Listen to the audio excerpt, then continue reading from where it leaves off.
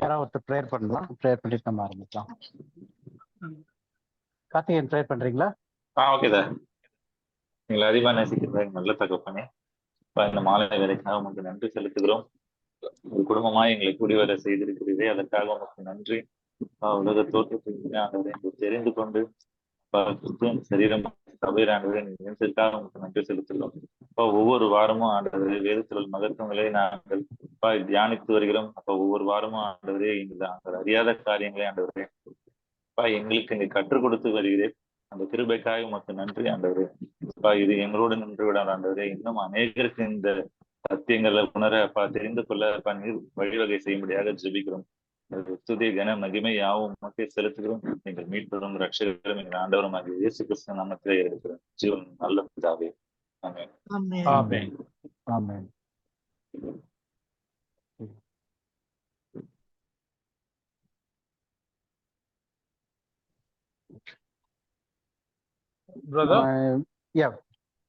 நம்ம இது வரைக்கும் என்ன பார்த்துட்டு வந்துகிட்டு இருக்கோம் அப்படின்னும் போது ஜஸ்ட் ஒரு ரீகேப். ஏன்னா இது வேற யாராவது பார்த்தா கூட உங்களுக்கு யூஸ்ஃபுல்லா இருக்கும். ஸோ முதல் நம்ம ரைட் டிவிஷன் டூல்ஸ்ல இருந்து அதுக்கப்புறம் கொஞ்சம் ஒரு டிவிஷன் எடுத்து வந்து ஆவி, ஆத்மா, சரீரம் இதெல்லாம் பத்தி பார்த்தோம். அதுக்கப்புறம் மரணத்தை பற்றி வேதாகமத்தில் இருக்கக்கூடிய உண்மைகளை பார்த்தோம். மரணம்னா என்ன அப்படின்றதெல்லாம் பார்த்தோம். அதுக்கப்புறம் இயேசு கிறிஸ்துவனுடைய மரணம் தொடர்பான காரியங்கள். இயேசு கிறிஸ்து 3 நாள் மரித்து இருந்தாரா, எங்க இருந்தாரு, இல்ல அன்னைக்கே பரலோகம் இல்ல பரதேசிக்கு போனாரா அப்படின்னு சொல்லிட்டு இயேசு கிறிஸ்துவினுடைய மரணம் தொடர்பான காரியங்கள் வேதாகமத்துல இருந்து பார்த்தோம். அதுக்கப்புறமா வேதாகமத்துல வந்து மரணம் தொடர்பான நிறைய குழப்பமான பகுதிகள் இருக்கு. அதாவது புரிந்து கொள்றதுக்கு கொஞ்சம் கஷ்டமாவோ இல்ல தவறுதலா, முக்காவாசி தவறுதலா புரிந்து கொள்ளப்பட்ட நிறைய காரியங்கள் இருக்கு மரணம் தொடர்பாக. ஸோ அப்படிப்பட்ட காரியத்துல இருந்து பார்க்க ஆரம்பிச்சோம். அதுல முதல் விஷயம் பார்த்தது வந்து யோனா மீன் வயிற்றுல 3 நாள் இரவும் பகலும் மரித்திருந்தாரா அல்லது உயிருடன் இருந்தாரா. ஏன்னா ரெண்டுமே வசனம் இருக்கிற மாதிரி இருக்கு, ரெண்டுக்குமே பிலீவ் பண்றாங்க. அதுல பார்த்ததுல அவர் யோனா வந்து 3 நாள் இரவும் பகலும் மீனின் வயிற்றுல மரித்து தான் இருந்தார் அப்படின்னு சொல்லிட்டு பார்த்தோம். அதுக்கு அடுத்தது அதே மாதிரி சந்தேகத்திற்குரிய பேசேஜ் அப்படின்னு பார்க்கும்போது சாம்வேலினுடைய மரணத்திற்கு பிறகு சாம்வேல் வந்து சவுலோடு பேசினாரா இல்லையா அப்படின்னு பார்த்தோம். அதுல வந்து பேசியது சாம்வேல் அல்ல, அது சாத்தானால் வந்த ஒரு வஞ்சிக்கும் குறி சொல்லுகிற ஆவி அப்படின்னு சொல்லிட்டு பார்த்தோம். இப்ப அடுத்தது 3வது டாபிக்கா இந்த மரணம் தொடர்பான குழப்பத்துல என்ன பார்க்க போறோம் அப்படின்னா ஏனோக்கும் எலியாவும். ஏனோக்கும் எலியாவும் மரித்தார்களா அல்லது உயிரோடு இருக்காங்களா, உயிரோடைய பரலோகத்துக்கு எடுத்துக்கொள்ளப்பட்டு போனார்களா அப்படின்றத பார்க்க போறோம். அது பார்க்கும்போது அதோட சம்மந்தப்பட்டு இன்னைக்கு டேட்ல வந்து நிறைய ஒரு புது டீச்சிங்கா வந்துகிட்டு இருக்கக்கூடிய சாகாமை அப்படின்னு சொல்லக்கூடிய இது. இந்த சரீரத்துல நம்ம விசுவாசத்தின் மூலமாக வளர்ந்து மரணத்தை வந்து நம்ம கண்ட்ரோல்ல, நான் மறிக்கணுமா வேண்டாமான்னு நான் டிசைட் பண்ணணும், இல்ல மரணம் நம்ம கண்ட்ரோல்ல இருக்கணும், மரணத்தை ஜெயிக்க முடியும் அப்படின்னு சொல்லிட்டு அந்த ஒரு போதனை, அது விசுவாசத்தினுடைய உச்சகட்டமாக சாகாமை நம்ம அடைவோம் அப்படின்னு சொல்லிட்டு ஒரு டீச்சிங் பிரபலமா வளர்ந்துகிட்டு வருது. ஸோ இந்த டீச்சிங் வேதாகமத்தின் படி சரியா தப்பா எப்படி அப்படின்றதெல்லாம் பார்க்கலாம் அப்படின்னு சொல்லிட்டு வச்சிருக்கோம். ஸோ இப்போ நம்ம முதல் பார்க்க வேண்டிய இதுல வந்து ஏனோக்கு எலியா தான். இந்த ஒரு 2 வாரங்கள் இல்லை 3 வாரத்துக்கு நம்ம இந்த ஏனோக்கு எலியாவை பத்தி பார்க்க போறோம். அப்ப இதுல ஏனோக்கு எலியா அப்படின்னும் போது இதுல முக்கியமா இருக்கக்கூடிய 2 கேள்விகள், நம்ம கேட்க வேண்டிய 2 கேள்விகள் என்ன அப்படின்னு சொல்லிட்டு பார்ப்போம். முதல் வந்து ஏனோக்கும் எலியாவும் மரித்து விட்டார்களா இல்லாட்டி உயிரோடு இருக்கிறார்களா அப்படின்றது முதல் கேள்வி நம்ம அட்ரஸ் பண்ண முடியாது. ஏன்னா இதுல பொதுவா இருக்கக்கூடிய கருத்துக்கள் இருக்கு, அதனால நம்ம முதல்ல அதை அட்ரஸ் பண்ணுவோம். 2வது என்ன கேள்வி நம்ம இது பண்ண போறோம் அப்படின்னு பார்த்தோம்னா அவர்கள் எங்க இருக்கிறாங்க. இப்ப முதல் மரித்தாங்களா இல்ல உயிரோடு இருக்காங்களான்ற கேள்வி. அப்படி மரித்துட்டாங்கன்னா எங்க இருக்கிறாங்க, உயிரோடு இருக்காங்கன்னா எங்க இருக்கிறாங்க அப்படின்றது. இன்னும் நேரா சொல்ல போனோம்னா அவர்கள் 2 பேரும் பரலோகத்தில் இருக்கிறார்களா அப்படின்றது நம்ம கேட்க வேண்டிய கேள்வியா இருக்கு. இப்ப டைரக்டா நம்ம டாபிக் உள்ள கேட்கணும் அப்படின்னா ஏனோக்கும் எலியாவும் மரித்தார்களா இல்லையா அப்படின்றது தான். ஸோ இப்ப இதுல வந்து உங்களுடைய பதில் வேணும். ஏனோக்கும் எலியாவும் மரித்தார்களா இல்லையா? மரித்தார்கள். மரித்தார்கள். எப்படி மரித்தார்கள்ன்றீங்க? சரி, வேற ஏதாவது ஒப்பீனியன் இருக்கா? ஏனாக்கும் ஏலியாவும் மரித்தார்களா இல்லையான்றதுக்கு?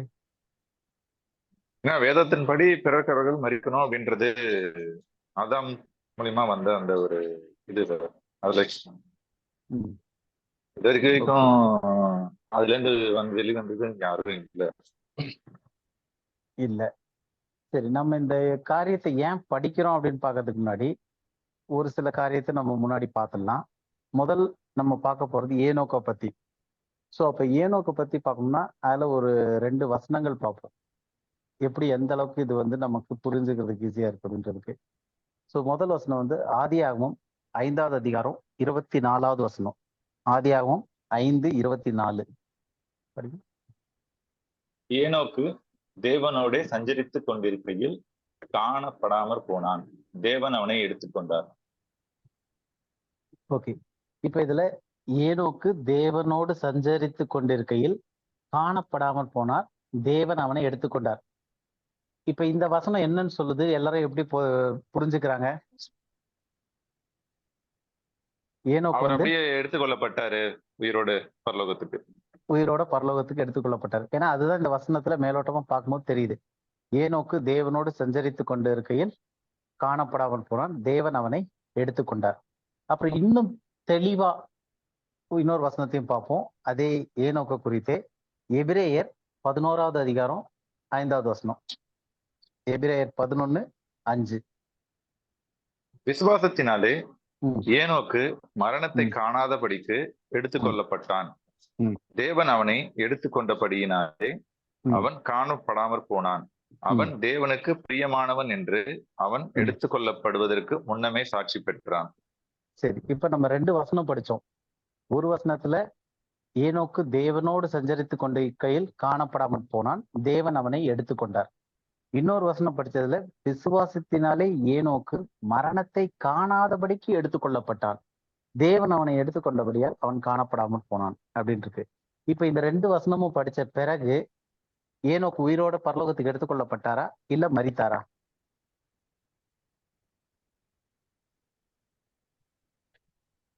யாருனாலும் சொல்ல, எல்லாம் அமைதியாயிட்டு இருக்கீங்க.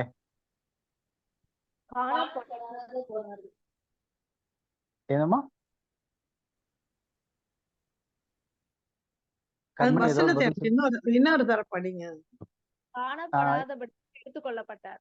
எபிரேயர் 11வது அதிகாரம் 5வது வசனத்துல வந்து விசுவாசத்தினாலே ஏனோக்கு மரணத்தை காணாதபடிக்கு எடுத்துக்கொள்ளப்பட்டான், தேவன் அவனை எடுத்துக்கொண்டபடியினாலே அவன் காணப்படாமல் போனான், அவன் தேவனுக்கு பிரியமானவன் என்று அவன் எடுத்துக்கொள்ளப்படுவதற்கு முன்பாக சாட்சி பெற்றான் அப்படின்னு இருக்கு. அப்ப இதுல வந்து ஏனோக்கு மரணத்தை காணாதபடிக்கு எடுத்துக்கொள்ளப்பட்டான் அப்படின்னு சொல்லிட்டு தேவன் அவனை எடுத்துக்கொண்டார்ன்ற மாதிரி வருது. ஆதியாகமம் 5:24 வந்து ஏனோக்கு தேவனோடு சஞ்சரித்து கொண்டிருக்கையில் காணப்படாமல் போனான், தேவன் அவனை எடுத்துக்கொண்டார் அப்படின்னு வருது. இந்த 2 வசனமும் படிக்கும் போது ஏனோக்கு மரித்தாரா இல்ல மரிக்காம பரலோகத்துக்கு ஆண்டவரால் எடுத்துக்கொள்ளப்பட்டாரா? இந்த 2 வசனத்தையும் பார்க்கும்பொழுது மரிக்காம எடுத்துக்கொள்ளப்பட்டார் மாதிரி தெரியுது. மரிக்காமல் எடுத்துக்கொள்ளப்பட்டார்னு தெரியுது. சோ அதனாலதான் இன்னைக்கு எல்லாருமே என்ன விசுவாசிக்கிறாங்க, என்ன நம்புறாங்கன்னா ஏனோக்கு மரிக்காமல் பரலோகத்துக்கு எடுத்துக்கொள்ளப்பட்டார், ஏன்னா வசனம் சொல்லுது அப்படின்னு சொல்லிட்டு பாக்குறாங்க. ஓகேவா? இப்ப நமக்கு ஃபர்ஸ்ட் வந்து வசனம் என்ன சொல்லுதுன்றத புரிஞ்சாதான் நம்ம அதுக்கு மேற்கொண்டே அதுல ஆழமா பார்க்க முடியும். சோ வசனமே நமக்கு அது என்ன சொல்லுதுன்னு நம்ம உள்வாங்க முடியல அப்படின்னா அது நம்ம பார்க்க முடியாது. அதுக்காக தான் 2 தடவை இதை படிக்க சொல்லி கேட்கிறேன். அப்ப இந்த வசனத்தை பார்க்கும்போது எல்லாருக்குமே நிச்சயமா தெரியும் ஏனோக்கு மரிக்காமல் பரலோகத்துக்கு எடுத்துக்கொள்ளப்பட்டார் அப்படின்ற மாதிரி ஒரு முடிவுக்கு வந்துடும். இப்போ அதே மாதிரி அடுத்தது எலியாவுக்கும் ஒரு வசனம் பார்த்துடலாம். எலியாவு குறித்து என்ன இருக்கு அப்படின்னு சொல்லிட்டு 2 ராஜாக்கள்ல 2வது அதிகாரம் 11வது வசனம். 2 ராஜாக்கள் 2:11. அவர்கள் பேசிக்கொண்டு நடந்து போகையில் இதோ அக்னி ரதமும் அக்னி குதிரைகளும் அவர்கள் நடுவாக வந்து இருவரையும் பிரித்தது. எலியா சுழல் காற்றிலே பரலோகத்திற்கு ஏறி போனான்.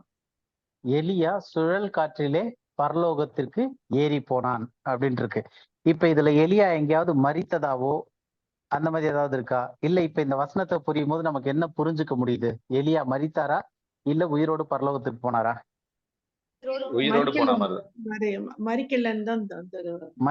2வது உயிரோட பரலோகத்துக்கு போயிருக்காரு. அப்ப ஏனோக்கும் மரணத்தை காணாதபடிக்கு எடுத்துக்கொள்ளப்பட்டார், எலியா வந்து சுழல் காட்டிலே பரலோகத்துக்கு ஏறி போனார் அப்படின்ட்டுன்னு 2 வசனம் பார்த்தோம். அப்ப ஏன் இந்த டாபிக் நம்ம படிக்கிறோம், எப்படி நம்ம எலியா இது ஏனோக்கு யோனாவை பத்தி படிக்கும் போது எதுக்காக படிக்கிறோம் அப்படின்னு சொல்லிட்டு அதுல என்ன குழப்பம் இருக்குன்னு பார்த்தோம்.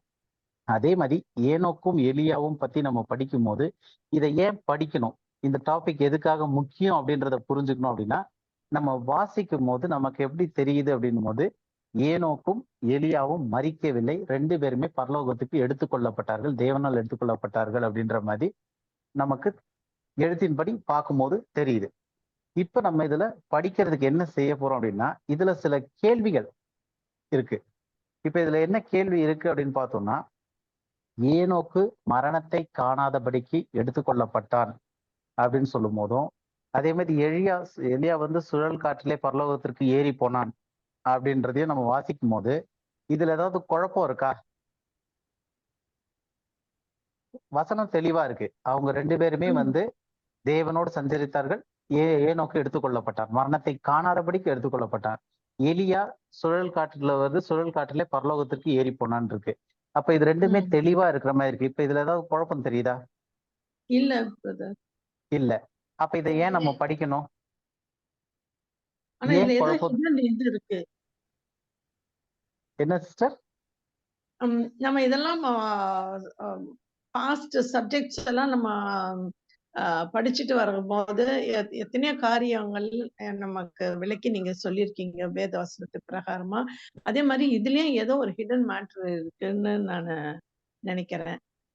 இப்போ சொல்லுங்க. எல்லா மனிதர்களும் பாவம் செய்து தெய்வ மகிமை விட்டு விலகிட்டாங்க அப்படின்னு வசனம் சொல்லுது. பிளஸ் வந்து ஆதாமுக்கு மீறினதுனால ஆதாமின் மரணம் எல்லாருக்குள்ளயும் வந்தது அப்படின்னு நம்ம படிக்கிறோம். அப்ப எல்லாருக்குள்ளயும் வரும்போது இவங்க 2 பேருக்கு மட்டும் ஸ்பெஷல் இருக்கு. ஓகே, அததான் ஜனங்கள் சொல்றாங்க, இவங்க 2 பேரும் வந்து விதி விலக்கு அப்படின்னு சொல்லிட்டு அது ஒரு டீச்சிங் இருக்கு. இப்படி நிறைய காரியங்கள் இருக்கு. அப்போ நம்ம இதை புரிஞ்சுக்கிறதுக்கு எதுக்காக புரிஞ்சுக்கணும் அப்படின்னும் போது இதை ஏன் நம்ம படிக்கிறோம்? அப்ப இதுல ஃபர்ஸ்ட் குழப்பம் என்னன்றது நமக்கு தெரியணும். ஒரு குழப்பம் என்னன்னு தெரிஞ்சாதான் அதுல இருந்து தெளிவு காண முடியும். நம்ம பார்க்கும்போது தெளிவா இருக்கிற மாதிரியே தெரிஞ்சிருந்துச்சுன்னா அதுல நம்ம அதனுடைய ஆழத்துக்கு போக முடியாது. அப்ப இதுல பார்க்கும்போது தெளிவா தெரியுது அவங்க 2 பேரும் மரிக்காமல் ஏறி போனார்கள் அப்படின்னும் போது, அப்ப இதுல என்ன குழப்பம் இருக்கு அப்படின்னா, மொத்த வேதாகம சத்தியம் இருக்கு இல்லையா, ஒரு ஹோல் கவுன்சில் ஆஃப் காட், அந்த டோட்டல் பிப்ளிக்கல் ட்ரூத், அந்த சத்தியத்திற்கு இது மாறா இருக்கு. இந்த வார்த்தைகள் கார்த்திகேயன் சொன்ன மாதிரி வேதத்துல மரணம் அப்படின்றது எப்படி வந்துச்சு அப்படின்றதெல்லாம் நம்ம நிறைய பார்த்துக்கிட்டு வந்திருப்போம். இன்னைக்கும் சில இதெல்லாம் பார்ப்போம். ஸோ அப்ப அந்த காரியங்களோட வேத சத்தியத்துல வச்சு பார்க்கும்போது இது வசனத்திலேயே போட்டிருந்தாலும் இது முரண்பாடா தெரியுது, வேற மாதிரி இருக்கு. அப்ப இது உண்மையிலேயே இவங்க 2 பேருக்கும் எக்ஸப்ஷன் கொடுத்தாரா ஆண்டவர், மரணத்துல இருந்து விதிவிலக்கு கொடுத்துட்டாரா, இல்ல நம்மளுடைய புரிதல்ல தப்பா இருக்கா, இல்ல இதுல எங்க பிரச்சனை இருக்கு என்னன்றதை தான் நம்ம இப்ப படிக்க போறோம். அப்ப இதுல அடிப்படையா சில கேள்விகள் கேட்கும் போது நம்ம இதெல்லாம் ஒரு கேள்வி கேட்டு தான் நம்மளே நம்ம டெவலப் பண்றோம், படிச்சுக்கிறோம். அப்ப இவர்கள் 2 பேருமே வந்து மரித்தார்களா அல்லது உயிரோடு பரலோகத்துக்கு கொண்டு செல்லப்பட்டார்களா அப்படின்னு பார்ப்போம். அப்போ மரித்தார்களா அல்லது உயிரோடு பரலோகத்துக்கு கொண்டு செல்லப்பட்டார்கள்னா இப்ப பார்த்த வசனத்துல இருந்து நமக்கு என்ன தெரியுது? 2 வசனம் நம்ம ஏனோக்கு 2 வசனம் படிச்சோம், எலியாக்கு 1 வசனம் படிச்சோம். இந்த 3 வசனத்துல இருந்து நமக்கு என்ன உறுதியா தெரியுது அப்படின்னா, அவர்கள் 2 பேரும் மரிக்கவில்லை, பரலோகத்துக்கு எடுத்துக்கொள்ளப்பட்டார்கள் அப்படின்ற மாதிரி தான் தெரியுது. ஆனா இது வந்து நம்ம மேலோட்டமா பார்க்கும்போது, இந்த காரியங்களை வசனத்துல அப்படி சும்மா மேலோட்டமா பார்க்கும்போது அவங்க 2 பேரும் மரிக்கவில்லை, உயிரோடு பரலோகத்துக்கு தேவன் அவங்கள கொண்டு சென்ற மாதிரி நமக்கு தெரியும். ஆனா இது வந்து வேதாகம சத்தியத்துல நம்ம பிப்ளிக்கல் ட்ரூத்னு சொல்றோம் இல்லையா, அந்த பிப்ளிக்கல் ஸ்கிரிப்சுரல் ட்ரூத்ல இருந்து இது வந்து மாறி இருக்கு. அதன்படி வேதத்தினுடைய சத்தியத்தின்படி பார்த்தா ஏனோக்கா இருக்கட்டும் எலியாவா இருக்கட்டும் மரித்துதான் இருக்க வேண்டும். அவங்க 2 பேரும் மரணத்தை சந்திச்சுதான் ஆகணும். ஏன்னா அது வந்து பிப்ளிக்கல் ட்ரூத். இப்ப வேதாகம சத்தியத்துக்கு இவங்க 2 பேரும் முரணா இருக்கிறாங்களா, இல்ல அந்த சத்தியத்துக்கு உள்ளதா இருக்கிறாங்களா அப்படின்னு பார்க்கும்போது இவங்க 2 பேருமே மரித்து விட்டார்கள் அப்படின்றது நமக்கு தெரியும். எப்படி நமக்கு தெரியும் அப்படின்னா, முதல் விஷயம் வந்து அவங்க 2 பேருமே யாரு? ஆதாம்னுடைய சந்ததியினர். ஆதாம்னுடைய சந்ததி எல்லாருமே என்ன செய்யணும்? மரித்துதான் ஆக வேண்டும். மரணம் எல்லாருக்குமே கண்டிப்பா இருக்கு, மேண்டேட்டரியா இருக்கு. ஆதாம்னுடைய சந்ததியார் எல்லாருக்குமே மரணம் கட்டாயமா இருக்கு. அப்போ அதனால இப்ப இந்த சத்தியம் இருக்கிறனால நமக்கு என்னன்னு தெரியுதுன்னா, யாரா இருந்தாலும் மனிதர்கள் கட்டாயமா மரித்துதான் ஆகணும். அது நமக்கு தெரியுது. ஆனா அப்ப இவங்க 2 பேருக்கு என்ன நிலைமை? இவங்க 2 பேருக்கு என்ன அப்படின்னு பார்க்கறதுக்கு முன்னாடி ஃபர்ஸ்ட் நம்ம இதை தெளிவா புரிஞ்சுக்கிறதுக்கு சில வேதாண்ம உண்மைகளை நம்ம முதல் தெளிவுபடுத்திக்கணும் ஃபர்ஸ்ட். அப்ப அந்த நம்ம தெளிவுபடுத்த வேண்டிய வேதாகம் உண்மை என்ன அப்படின்னா, மரணத்தை பத்தி வேதாகம் என்ன சொல்லுது? நம்ம இப்ப மறிக்கிறோம், மரணம் எல்லாம் சொல்லிட்டு இருக்கோம். ஏன்னா ஏனோக்கும் எலியாவும் மரித்தார்களா இல்லையா அப்படின்னு பார்க்கும்போது அதுல எக்ஸெப்ஷன் வர வாய்ப்பு இருக்கா இல்லையா அப்படின்னு பார்க்கறதுக்கு முன்னாடி, மரணம்னா என்ன, வேதத்தின் அடிப்படையில மரணம் என்ன அப்படின்றத அதுக்கு முன்னாடி பார்க்கணும். அப்போ ஃபர்ஸ்ட் நம்ம கேட்க வேண்டிய கேள்வி, மனிதன் ஏன் மரிக்கிறான்? யாரா சொல்ல முடியுமா? மனிதன் ஏன் மரிக்கிறான்? நம்ம எல்லாம் ஏன் மரிக்கிறோம்? The wages of sin is பாவத்தினால death. மரணம் வந்துச்சு. Okay, wages of sin is death அப்படின்றது is it applicable to all or is it applicable only to Adam? பாவத்தின் சம்பளம் மரணம். அப்ப இந்த பாவத்தின் சம்பளம் மரணம் அப்படின்றது எல்லா மனிதர்களுக்கும் பொருந்துமா இல்ல ஆதாமுக்கு மட்டும் பொருந்தக்கூடியதா அந்த வார்த்தைன்னு பார்ப்போம். அதையும் வரும்போது ஆதாம் எல்லாருக்கும் பொருந்ததுதான். எல்லாருக்கும் பொருந்தும். ஓகே, இப்ப ஆமா. இன்னொரு கேள்வி கேட்கு. ஆதாமுக்கு மட்டும் பொருந்தும். ஓகே, ஆதாமுக்கு மட்டும் பொருந்தும் அது. ஓகே, சோ அது பாக்குறதுக்கு முன்னாடி நான் 2-3 கேள்விகள் கேட்கிறேன். இப்ப எல்லாருக்கும் பாவத்தின் சம்பளம் மரணம் அப்படின்னு இருக்கு. அப்போ இப்ப கேள்வி என்னன்னா, நம்ம செய்த பாவத்தினால நம்ம மரிக்கிறோமா? இல்ல இல்ல இல்ல. சிஸ்டர் ஹேமா, உங்களுடைய ஐடியா? இல்ல, பாவம் ஆல்ரெடி இருக்கு, அதனால டெத் இஸ் தேர். ஓகே, அப்ப நம்ம செய்த பாவத்தினால நம்ம மரிக்கிறோமா அப்படின்னு கேட்டா இல்ல. ஓகே, நம்ம பாவத்தை விட்டுறலாம், அது கொஞ்சம் சின்னதா கூட இருக்கலாம். இப்ப ஹிட்லர் மாதிரி ஆட்கள் அவங்க செய்த பாவத்தினால தான் அவங்க மரித்தாங்களா? இல்ல இல்ல இல்ல. அப்ப ஹிட்லர் மாதிரி ஆட்கள் அவ்வளவு கொடூரமான ஆட்கள், அவங்க செய்த பாவத்தின் நிமித்தமாவும் அவர்கள் மரிக்கல. ஓகே, அடுத்தது ஆபிரகாம், ஈசாக்கு, யாக்கோபு, பவுல், பேதுரு, இப்படி நிறைய பரிசுத்தவான்கள் இருக்காங்க. அவங்க செஞ்ச பாவத்தினால அவங்க மரிச்சாங்களா? இல்ல இல்ல இல்ல. அவங்க செஞ்ச புண்ணியத்தினால அவங்க உயிரோடயே இருக்கிறாங்களா இன்னைக்கு? அவங்க இல்ல. செய்த நன்மைனால, இல்ல தேவனோட இல்ல. சஞ்சரிச்சுக்கிட்டே இருந்தனால உயிரோட இருக்காங்களா? இல்ல. இல்ல அப்போ இதுல இருந்து நமக்கு என்ன தெரியுது அப்படின்னா, இது எல்லாத்துக்குமே பதில் இல்லை அப்படின்றதுதான் தெரியுது. அப்படின்னா ஒருத்தருடைய மரணம் எதனால் வருது? இப்ப நம்ம செய்த பாவத்தினால நம்ம மரிக்கல, ஹிட்லர் செய்த பாவத்திற்காக ஹிட்லர் மரிக்கல, ஆபிரகாம், ஈசாக், யாக்கோபு அந்த மாதிரி பைபிள்ல இருக்க பரிசுத்தவான்கள்லாம் அவங்க செய்த பாவத்தினாலேயோ இல்ல அவர்கள் செய்த நீதியினாலேயோ அவங்க உயிரோடையும் இல்ல, இல்ல அவங்க செய்த பாவத்தினால அவங்க மரிக்கவும் இல்லை. அப்ப அப்படி இருக்கும்போது அடிப்படையில ஒருத்தருக்கு மரணம் ஏன் வருகிறது?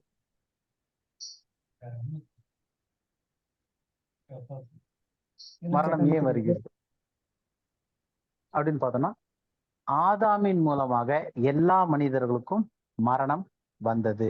எல்லா மனிதர்களுக்கும் ஆதாமுக்குள்ள என்ன செய்யறாங்க? மரிக்கிறார்கள். அப்போ டெத்ன்றது எப்படி வருது அப்படின்னா, ஆதாமுக்குள்ள இருந்து வருது. ஆதாமுக்குள்ள இருந்து வரனால ஆதாமுக்குள்ள இருக்கிற எல்லா மனிதர்களும் மரிக்கிறாங்க. ஏன் மரிக்கிறாங்க? ஆதாமுக்குள்ள இருக்கிற எல்லா மனிதர்களும் ஏன் மரிக்கிறாங்க? யாராவது சொல்லலாம். ஆதாமுக்குள்ள இருக்கிற எல்லா மனிதர்களும் ஏன் மரிக்கிறார்கள்? Romans 5:12 says death passed upon all because of one Okay. man's sin. ஆமா. ஓகே, இப்ப இது நீங்க கேட்ட கேள்விக்கான பதில் நீங்களே படிச்சிட்டீங்க. அது இன்னும் அடுத்த இதுல வருது. இப்ப ஓகே, இப்ப சிஸ்டர் ஹேமா சொல்லும் போது பாவத்தின் சம்பளம் மரணம், the wages of sin is death. அப்போ ஃபர்ஸ்ட் சின் வருது, அதனுடைய வேஜஸ் டெத் அப்படின்னும் போது நம்ம என்ன கேட்டோம் அப்படின்னா, is it applicable to all or is it applicable to only Adam அப்படின்றது கேள்வி. ஸோ இந்த கேள்வி அப்படியே இருக்கட்டும், ஏன்னா அந்த வசனம் இன்னும் கொஞ்ச நேரத்துல வரும். அந்த வசனம் வரும்போதே நம்ம அப்படியே அதோட சேர்த்து பார்க்கலாம். அப்ப இன்னும் கொஞ்சம் ஈஸியா புரிய ஆரம்பிக்கும். ஸோ இப்போ மரணம் ஏன் வருது மனிதர்களுக்கு அப்படின்னா, எல்லாரும் ஆதாமுக்குள் இருக்கிறனால மரணம் வருது. அப்போ ஆதாமினுடைய ஒரே ஒரு மீறுதல்னால எல்லாருக்கும் மரணம் வருது அப்படின்னு சொல்லிட்டு பார்க்கிறோம். அப்போ வேதாகம சத்தியத்தின்படி எல்லோரும் கட்டாயமா மரிக்க வேண்டுமா அல்லது விதி விலக்கு இருக்கா? அதுக்கு யாருக்காவது விதி விலக்கு இருக்கா? இல்ல சார். எல்லாரும் இல்ல மறிக்க இல்ல வேண்டும். எல்லாரும். எல்லாரும் ஏன்னா இப்ப நம்ம வந்து எல்லா ஸ்பெசிபிக்கா ஏனோ கெளியாக்குன்னு நம்ம இன்னும் உள்ள போல. நம்ம வந்து ஜென்ரலா பைபிள் டீச்சிங் பார்த்துக்கிட்டு இருக்கோம். ஏன்னா அது ஃபர்ஸ்ட் அந்த பொதுவான டீச்சிங் கரெக்டா வச்சு அதுக்கு மேலதான் சின்ன சின்ன விஷயங்கள் எல்லாம் we have to place it. அப்பதான் அது கரெக்டா செட் ஆகும். நம்ம தனியா ஒண்ணு எடுத்து வச்சு பார்த்தோம்னா அது செட் ஆகாது. அப்ப நம்ம இப்ப என்ன பண்றோம்னா ஃபவுண்டேஷனல் ட்ரூத் ஆஃப் டெத், மரணத்தினுடைய அடிப்படை எப்படி வந்திருக்கு அப்படின்றத நம்ம பார்த்துக்கிட்டு இருக்கோம். அந்த புரிதல் வந்தாதான் அடுத்தது நமக்கு அதுக்கு மேற்கொண்டு ஏனோக்கும் ஏலியாவும் அதுல எப்படி ஃபிட் ஆகுறாங்கன்னு பார்த்தோம்னா ஈஸியா புரியும். ஸோ இப்ப வேதாகம சத்தியத்தின்படி எல்லோரும் கட்டாயமா மரிக்க வேண்டுமா இல்ல விதி விலக்கு இருக்கா அப்படின்னா, எல்லாரும் கட்டாயமா மரிக்க தான் வேண்டும். எப்படி மரிக்கிறாங்க? எல்லாரும் தனித்தனியா மரிக்கலாம். ஒருத்தர் செஞ்ச பாவத்துக்காக அவங்க மரிக்கல.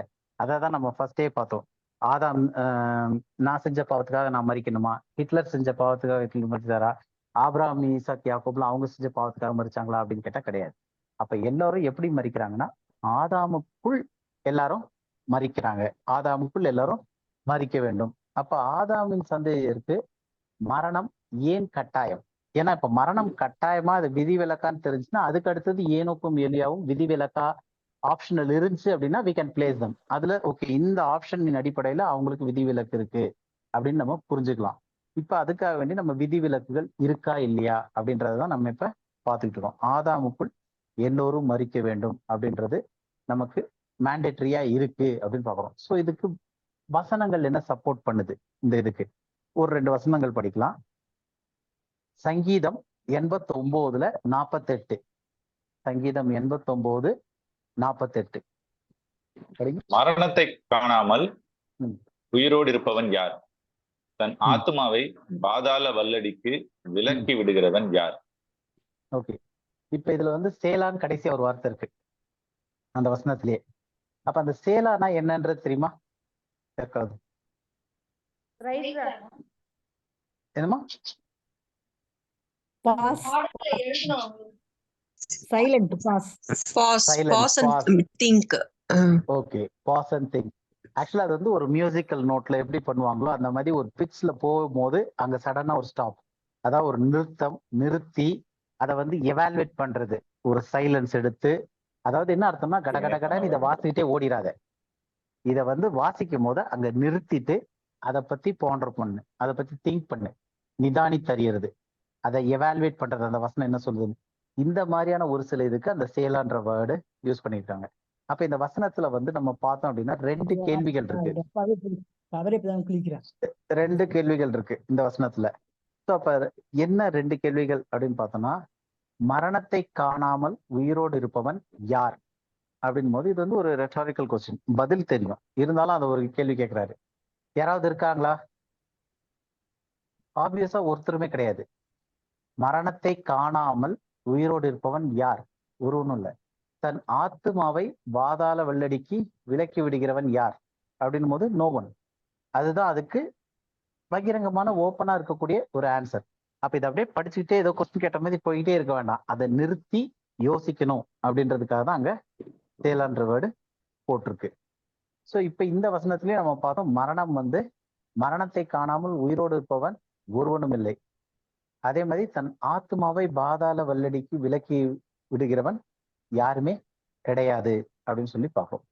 2வது, மரணத்துல இருந்து ஏதாவது ஆப்ஷன்ஸ் இருக்கா, விடுவிலக்கு இருக்கா அப்படின்னு பார்க்கணும்னா எபிரேயர்ல 9வது அதிகாரம் 27வது வசனம், ஹீப்ரூ 9:27. அன்றியும் ஒரே தரம் மரிப்பதும் பின்பு நியாய தீர்ப்பு அடைவதும் மனுஷருக்கு நியமிக்கப்பட்டிருக்கிறபடியே. இப்ப இதுல வந்து மரணத்தை பத்தி சொல்லும்போது அன்றியும் ஒரே தரம் மரிப்பதும், man has to die once, ஒரு தரம் மரிச்சே ஆகணும், பின்பு நியாய தீர்ப்படி அடைவதும் மனிதனுக்கு என்ன பண்ணப்பட்டிருக்கு? நியமிக்கப்பட்டிருக்கு. இட் இஸ் அப்பாயிண்டட், அது நியமிக்கப்பட்டிருக்கு மனிதனுக்கு. அப்போ மனிதன் ஒரு தரம் மரிக்க வேண்டும் அப்படின்னு சொல்லிட்டு ஏன் இங்க வசனத்துல கட்டாயமா சொல்லப்பட்டிருக்கு? மனிதன் ஏன் ஒரு தரம் மரிக்க வேண்டும் அப்படின்னு சொல்லும் போது, இப்ப நம்மளுடைய காரியத்துக்கு நம்ம வருவோம். அந்த வசனம் ஏற்கனவே நம்ம படிச்சோம் இல்லையா? சிஸ்டர் எல்லாம் சொல்லிட்டு இருந்தாங்க, அந்த இது கேட்டுட்டு இருந்தது, ஹேமஸ் சொல்லியிருந்தது. ரோமன்ஸ் 5:12, ரோமர்ல 5வது அதிகாரம் 12வது வசனம் படிங்க. இப்படியாக ஒரே மனுஷனாலே பாவமும் பாவத்தினாலே மரணமும் உலகத்திலே பிரவேசித்தது போலவும் எல்லா மனுஷரும் பாவம் செய்தபடியால் மரணம் எல்லாருக்கும் வந்தது போலவும் இதுவும் ஆயிற்று. ஓகே, இந்த வசனத்தை ஏற்கனவே நம்ம நிறைய தடவை இதை படிச்சு கிளியர் பண்ணியிருக்கோம். இருந்தாலும் இந்த தடவையும் இதை இன்னொரு வாட்டி சொல்லும் போது இன்னும் கொஞ்சம் ரெஃப்ரெஷிங்கா இருக்கும். திரும்ப அது பழசெல்லாம் ஞாபகப்படுத்திக்கிட்ட மாதிரி இருக்கும். ஸோ இப்போ இதுல வசனத்துல வந்து தமிழ்ல பார்த்தோம் அப்படின்னா என்ன புரிதல் வருது அப்படின்னா, இப்படியாக ஒரே மனுஷனாலே பாவமும் பாவத்தினாலே மரணமும் உலகத்தில் பிரவேசித்தது அப்படின்னு போட்டு போலவும் அப்படின்ட்டு ஒரு வேர்டா இருக்கு. அதே மாதிரி எல்லா மனுஷரும் பாவம் செய்தபடியால், அப்ப எல்லா மனுஷனும் பாவம் செய்ததுனால மரணம் எல்லோருக்கும் வந்தது அப்படின்னு முடிக்காம வந்தது போலவும் இதுவும் ஆயிற்று அப்படின்ட்டு இருக்கு. அப்ப இந்த வசனம் வந்து புரிஞ்சுக்கிறதுக்கே கஷ்டமா இருக்கிற மாதிரி ஒரு குழப்பமா இருக்கு. போலவும் ஆயிற்று, இதுவும் ஆயிற்று அப்படின்னு சொல்லிட்டு.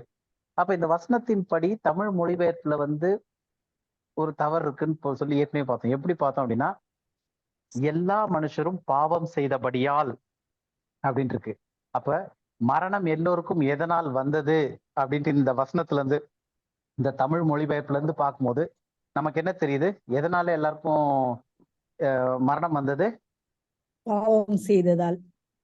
எல்லா மனுஷரும் பாவம் செய்தபடியால். அப்ப ஒவ்வொரு மனுஷனும் பாவம் செஞ்சதுனால மரணமானது எல்லோருக்கும் வந்தது அப்படின்ட்டு சொன்னா அது தப்பா இருக்கும். ஆனா இந்த டிரான்ஸ்லேஷன் நம்ம புரிஞ்சுக்கிறதுக்கு ரொம்ப கஷ்டமா இருக்கும். மாதிரி உலகத்திலே பிரவேசித்தது போலவும் எல்லா மனுஷரும் பாவம் செய்தபடியால் மரணம் எல்லாருக்கும் வந்தது முடிக்கல, வந்தது போலவும் இதுவும் ஆயிற்று அப்படின்ட்டு குழப்பமா இருக்கு. அப்ப இதனுடைய கரெக்டான இதுல இப்ப இந்த புரிதல் அப்படியே எடுத்து பார்த்தோம் அப்படின்னா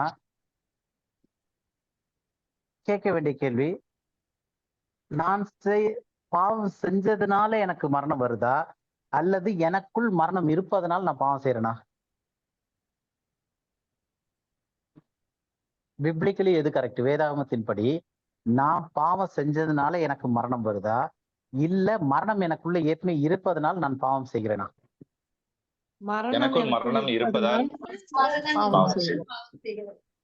அப்ப இங்க தமிழ்ல நம்ம ஏற்கனவே படிச்ச மாதிரி பார்த்தோம்னா, எல்லா மனுஷரும் பாவம் செய்தபடியால் மரணம் எல்லோருக்கும் வந்ததுன்னு இருக்கு. அப்போ ஒவ்வொரு மனுஷனும் அவன் செஞ்ச பாவத்துக்கு அவன் சாவறான், அவன் பாவம் செய்யாட்டி சாவ மாட்டான். எக்ஸப்ஷன் மாதிரி ஆகுது இல்லையா? அப்ப இது வந்து வேதாகம சத்தியத்திற்கே தவறா இருக்கு. அப்போ வேற வேர்ஷன்ஸ்ல எப்படி இருக்கு அப்படின்னு சொல்லிட்டு இப்போ சும்மா இங்கிலீஷ்க்கே இப்ப வரோமே, இங்கிலீஷ்ல வந்து wherefore as by one man sin entered into the world, ஒரு மனுஷனாலே பாவம் வந்து உலகத்துக்குள் பிரவேசித்தது, and death by sin, அந்த பாவத்தினாலே மரணம் வந்தது. அதுக்கப்புறம் and so death pass upon all men, அதனால மரணமானது எல்லார் மீதும் கடத்தப்பட்டுச்சு, எல்லாருக்கும் மரணம் வந்துச்சு. for that CLV அந்த மாதிரி இன்னும் சில வெர்ஷன்ஸ்ல வந்து on which, அதனால for that all have sinned. அப்போ இந்த இடத்துல வந்து எது முதல் வந்துச்சு அப்படின்னா, நான் பாவம் செஞ்சனால எனக்கு மரணம் வரல, எனக்குள்ள ஏற்கனவே மரணம் இருப்பதனால் நான் பாவம் செய்கிறேன். அப்ப அந்த மரணம் எனக்குள்ள எப்படி வந்துச்சு? பை ஒன் மேன் சின், ஒரு மனிதனுடைய பாவத்தினால மரணமானது இந்த உலகத்திற்குள்ள பாவத்தின் மூலமா, ஒரு மனிதனுடைய பாவத்தின் மூலமா வந்துச்சு. அப்போ இந்த இதை வந்து கரெக்டான மொழிபெயர்ப்புல தமிழ்ல எப்படி புரிஞ்சுக்க முடியும் அப்படின்னு பார்த்தோம்னா, திரும்ப நான் இதை படிக்கிறேன் எப்படி கரெக்டா இருந்திருக்கும்ட்டுன்னு. இப்படியாக ஒரே மனுஷனாலே பாவமும் பாவத்தினாலே மரணமும் உலகத்திலே பிரவேசித்தது, அதனால் மரணம் எல்லோருக்கும் வந்தது. இது ஃபேக்ட். ஏன்னா ஆதாம் செய்த ஒரு பாவத்து நிமித்தமாக அந்த பாவத்தின் விளைவாக மரணம் வந்துச்சு. ஆதாம் மரணத்திற்குள்ளானான். அந்த மரணத்திற்குள்ளாக இல்ல அழிவுக்குள்ளாக சென்ற ஆதாம், அவனுடைய சந்ததி வரும்போது அவங்க எல்லாருமே மரணத்தை தனக்குள் எடுத்துக்கிட்டே தான் வராங்க. அப்ப அவங்க எல்லாம் மரிக்கும் தன்மையோடு மரணத்தோடு தான் வராங்க. அவங்களுக்குள்ள ஏற்கனவே பாவத்தின் விளைவாகிய மரணம் அவங்களுக்குள்ள இம்பாக்ட் ஆயிட்டனால இவங்க வெளியே வரும்போது, பிறந்து வரும்போதே அதன் விளைவாக எல்லோரும் பாவம் செய்தார்கள். அப்போ பாவம் செஞ்சனால நமக்கு மரணம் வரல, ஆதாம் செஞ்ச பாவத்தினால மரணம் வந்து அந்த மரணம் நமக்குள்ள, அதனால பிறக்காத குழந்தை தாயின் கர்ப்பத்துல இருக்கும்போது அது என்ன பாவம் செஞ்சுச்சு? குழந்தைகள் மறிக்குது, பிறந்த உடனே குழந்தைகள் மறிக்குது, பாவம் அறியறதுக்கு முன்னாடி குழந்தைகள் மறிக்குது. அப்ப அந்த பாவம் செய்ததுனால் மரணம் வரல, மரணம் நமக்குள்ள இருப்பதனால் வளர வளர பாவம் செய்யறாங்க. எல்லாரும் பாவிகளா இருக்கிறதுனால பாவம் செய்யறாங்க. பாவிகளா ஏன் இருக்கிறாங்க? மரணம் அவங்களுக்குள்ள ஏற்கனவே வந்துருச்சு. அப்போ இப்ப சிஸ்டர் ஹேமா கேட்ட மாதிரி the wages of sin is death அப்படின்னும் போது பாவத்தின் சம்பளம் மரணம் அப்படின்ற அந்த வசனம் யாருக்கு பொருந்தும் அப்படின்னா, இன்னைக்கு இருக்கிற எல்லாருக்குமே பொருந்தாது. ஏன்னா பாவத்தின் சம்பளமாகிய மரணம் அப்படின்னு நமக்கு வரல, ஆதாம் மட்டும் தான் பொருந்தும். பிகாஸ் ஆடம் வாஸ் சின்லெஸ், அவன் பாவம் செஞ்சான், அதனுடைய விளைவா மரணம் வந்துருச்சு. நமக்கு வந்து we were in ஆடம், நம்ம ஆதாமுக்குள் இருந்து அந்த ஒரு டிஎன்ஏலயே கேரி ஓவர் வர்றதுனால நம்ம பிறக்கும் போதே எப்படி வரும் அப்படின்னா மரணத்தோடு கூட நம்ம பிறக்கிறோம். நம்ம வர்றதே மரணத்தோடு தான் வரும். அப்ப அந்த இம்பாக்ட் நமக்கு ஏற்கனவே இருக்கு. அந்த மரணத்தோடு வரனால இப்ப நமக்கு பாவத்தின் சம்பளம் மரணம் அப்படின்னும் போது நான் பாவம் செய்யாட்டி மறிக்காம இருக்க முடியுமா? முடியாது. ஏன்னா எனக்கு வந்து அது ரிவர்ஸ் ஆயிடுச்சு. நான் ஃபர்ஸ்ட் வரும்போதே மரணத்தோட வரேன். So because of that I commit sin. இது உங்களுக்கு புரியுதா இந்த இது டிஃபரன்ஸ்? ஏன்னா இது ரொம்ப ஒரு டீப்பான புரியுது. அப்ப அந்த பாவத்தின் சம்பளம் மரணம் அப்படின்றது வந்து the wages of sin is deathன்றது வந்து it is applicable only to Adam. நமக்கு வந்து அதனுடைய இம்பாக்ட்ல தான் இருக்கு. அதாவது டெத் நமக்கு பிகினிங்லயே வந்துச்சு. நம்ம பிறக்கும் போதே தாயின் கர்ப்பத்துல உருவாகும் போதே நம்ம பாவத்துல தான் உற்பத்தி ஆகிறோமே. ஏன்னா we were the descendant of Adam. அப்ப நம்ம வந்து உள்ள வரும்போதே நம்ம பூமிக்குள்ள ஒரு கிரியேஷனா ஆகும் போதே டெத் நம்மோட சேர்ந்து வருது. டெத்ன்றது எங்க இருந்து வரல, ஆடம் செஞ்ச சின்னுடைய வேஜஸ்ல தான் நம்மளே வரும். அப்ப நம்ம செய்ய போற சின்னுக்கு தனியா இன்னொரு டெத்ன்ற வேஜஸ் கிடையாது. ஏற்கனவே இருக்கிற டெத் வேஜஸோடயே நம்ம உள்ள வரனால we are bound to sin. ஏன்னா மரணம் நம்மளை ஏற்கனவே ஆட்கொண்டிருக்கு. ஸோ இது வந்து ஒரு பெரிய ஒரு சத்தியம். பட் தமிழ்ல பார்க்கும்போது நமக்கு அது சரியா புரியாம அந்த டிரான்ஸ்லேஷன் இறங்கலாம். ஸோ ஃபர்ஸ்ட் வந்தது மரணம். அந்த மரணத்தோட தான் நம்ம பிறக்கிறனால we are committed for that or on which we all have sinned. நம்ம எல்லாரும் அதனால பாவம் செய்கிறோம் அப்படின்னு வருது. அப்ப மரணம் எல்லோருக்கும் வந்தது, அதன் விளைவாக எல்லோரும் பாவம் செய்தார்கள் அப்படின்றதுதான் கரெக்டான ஒரு இது. புரியுது இல்லையா? அப்ப அதனாலதான் நம்ம செஞ்சோம். இன்னைக்கு நான் செய்யற பாவத்தினால நான் மறிக்கிறேன்னா கிடையாது. ஹிட்லர் செய்யற பாவத்தினால ஹிட்லர் மறிக்கிறாரா? கிடையாது. ஆபிரகாம், ஈசாக், யாக்கோப் அவங்க செஞ்ச பாவத்தினால அவங்க மறிக்கிறாங்களா? கிடையாது. ஏன் கிடையாதுன்றோம்னா நம்மளுடைய செஞ்ச காரியத்தினால செஞ்ச பாவத்தினால நம்ம மறிக்கல.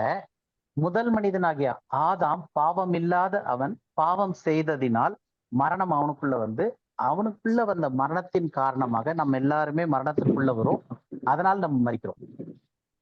புரியுது இல்லையா? அப்ப இந்த ஒரு கான்செப்ட் வரும்போது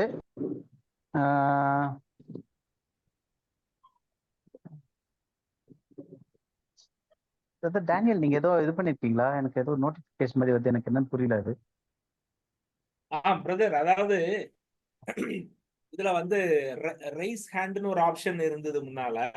ஓகே, அது இப்போ வரல. ஓகே. ஒருவேளை நீங்க உங்களுக்கு டைம் கிடைக்கும் போது இந்த ஆஸ்க் क्वेश्चनங்கற இது எனேபிள் பண்ணீங்கன்னா क्वेश्चंस பண்ணி அனுப்ப முடியும்னு நினைக்கிறேன். ஆக்சுவலா நான் இப்போ என்ன பர்பஸ்க்காக இன்டர்வியூ பண்ணேன் அப்படின்னு அதை ட்ரை பண்ணி அந்த ஆப்ஷன் ட்ரை பண்ணேன்னா, ஓகே, ஓல்ட் டெஸ்டமென்ட் ப்ராஃபஸில எரேமியாலயோ இதுலயோ பாவம் செய்கிற ஆத்மாவே சாகும், அப்புறம் பிதாக்கள் திராட்சை காய்களை தின்றார்கள், பிள்ளைகளுடைய பற்கள் பூசி போயிட்டு அப்படிலாம் ஒரு அதை வச்சு இப்போ நம்ம வந்து ரோமன்ஸ்ல பால் சொன்னதை தான் நம்ம வந்து அக்செப்ட் பண்றோம், பிலீவ் பண்றோம். அப்படி ஒரு ஆர்கியூமெண்ட் வந்து சிலர் கொண்டு வருவாங்க. ஆமா, பாவம் செய்கிற ஆத்மா. ஆமா, இது வந்து ஆக்சுவலா இந்த டெத்ன்ற டாபிக் வந்து ஏறக்குறைய நிறைய நாங்க ஸ்டடி பண்ணிருக்கோம். அப்ப அதுல வந்து எசேக்கியேல்ல இருந்து பாவம் செய்கிற ஆத்மாவே சாகும் அப்படின்னு சொல்லிட்டு 18:4 18:20 வரும். சோ அத படிச்சுட்டு அப்ப அதுல வந்து பாவம் செய்கிற ஆத்மாவே சாகும்னா எத்தனை ஆத்மாக்கள் பாவம் செய்தது அப்படின்னும் போது again Paul gives the revelation. எல்லோரும் ஏகமாய் கெட்டு போனார்கள், தேவனுடைய சாயலை இழந்து எல்லாரும் பாவம் செய்தார்கள், ஒருவனும் நீதிமான் இல்லை. So there is no one righteous. அப்ப எல்லாருமே பாவம் செய்கிற ஆத்மாவே சாகும். அப்ப எத்தனை ஆத்மாக்கள் பாவம் செய்ததுன்னா ஏகமா எல்லோரும் கெட்டு போனார்கள், எல்லோரும் பாவம் செய்தார்கள். ஏன் பாவம் எல்லாரும் செய்தார்கள்? எல்லாருக்குள்ளயும் ஏற்கனவே மரணம் இஸ் இன்பில்ட் இன் இட். நமக்குள்ளேயே மரணமும் வந்துருச்சு. அதனால we are bound to sin. நம்ம வந்து பாவத்தை நோக்கி தான் போய்கிட்டு இருக்கோம், நம்மள அதுதான் இழுத்துக்கிட்டு இருக்கு. ஏன்னா நமக்குள்ள ஏற்கனவே மரணம் இருக்கிறதுனால அதனுடைய விளைவாக நம்ம எல்லாரும் பாவம் செஞ்சுக்கிட்டு தான் இருக்கிறாங்க, எல்லாரும் செய்யறோம். அப்ப பாவம் செய்கிற ஆத்மாவே சாகும்னா எஸ், ஒவ்வொருத்தரும் வந்து பாவம் செஞ்சு இருக்கிறாங்க, அதனால சாகுறாங்க. பட் அப்பார்ட் ஃப்ரம் தட், அந்த ட்ரூத்னுடைய பேக்ல நம்ம ஹிஸ்டரி போயிட்டே இருக்கும்போது டு த ரூட் எங்க போய் நிக்குது அப்படின்னா it is because of Adam sin. அப்ப ஆடம் சின் பண்ணனால அதுல இருந்து மரணம் வந்துச்சு.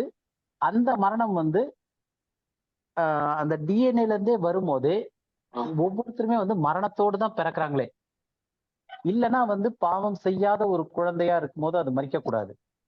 அப்ப மரணம்ன்றது வந்து எல்லாருக்கும் வர்றதற்கான காரணம் என்ன அப்படின்னா டெத் வந்து இன்பில்ட்டா இருக்கு. இப்ப அந்த ஒரு காரணத்துக்கு தான் இதை சொல்லிட்டு இருக்கோம். ஓகே, நம்ம கண்டினியூ பண்ணலாம் இல்லையா? கண்டினியூ பண்ணுங்க பிரதர். ஓகே. ஸோ அடுத்தது நம்ம என்ன பார்க்க போறோம் அப்படின்னா, இதுல வந்து ஏனோக்குக்கு விதிவிலக்கு இருக்கா? சப்போஸ் சொல்லலாம், ஆதாம்ல இருந்து எல்லாருமே பாவம் செஞ்சுட்டு தான் இருக்கும், ரைட்? ஓகே, எல்லாருக்கும் மரணம் இருக்கு. பட் இப்ப நிறைய பேர் சொல்றாங்க இல்லையா, ஏனோக்குக்கு தேவன் விதிவிலக்கு கொடுத்திருக்கிறார், ஏன்னா தேவனோட ஏனோக்கு சஞ்சரித்து கொண்டிருந்தார், அதனால அவருக்கு விதிவிலக்கு வந்திருக்கலாம் அப்படின்னு சொல்லிட்டு எக்ஸப்ஷன்ஸ் அப்படின்னு சொல்றாங்க. அப்ப எக்ஸப்ஷன்ஸ் உண்மையிலேயே இருக்கா, இல்ல அது நம்மளுடைய ஐடியாலஜியா? சொல்லுங்க கார்த்திகேயன் சார். இப்போ சகலத்தையும் வந்து உண்டாக்குனவர் ஆண்டவராக இயேசு கிறிஸ்து, சரிங்களா? இப்போ அவர் வந்து ஒரு ஸ்டேஜ்ல வந்து லாசருவே எழுந்து வான்னா மாதிரி நம்ம எல்லாரையும் அவரால் உயிர்த்து வர வைக்க முடியும். இப்ப நாளைக்கு ஃபியூச்சர்ல நம்ம எல்லாரையும் மனுஷன் பாவத்தெல்லாம் நீ உயிர் தெரிந்து வா அப்படின்னு நம்மள அவரால் கூப்பிட முடியும். ஆனா அவரே வந்து மரித்து அந்த மரணத்தை ஜெயிச்சிருக்காரு. அவரே வந்து மரித்து மரணத்தை ஜெயிச்சிருக்கும் போது அவரே மரிச்சிருக்காருன்னா அப்ப கண்டிப்பா அவங்களுக்கு அந்த எக்ஸப்ஷன்லாம் இருக்காது, அவங்களும் மரிச்சுதான் போயிருக்கும். பிசிக்கலா வந்து இயேசு கிறிஸ்துக்கே மரணம் வந்து மேண்டேட்டரியா இருந்திருக்குன்றீங்க. மேண்டேட்டரியா இருக்கு. ஓகே, சரி, கரெக்ட்டா சொன்னீங்க. இப்போ இதுல நம்ம brother, I would like to add something, brother. Sure, brother.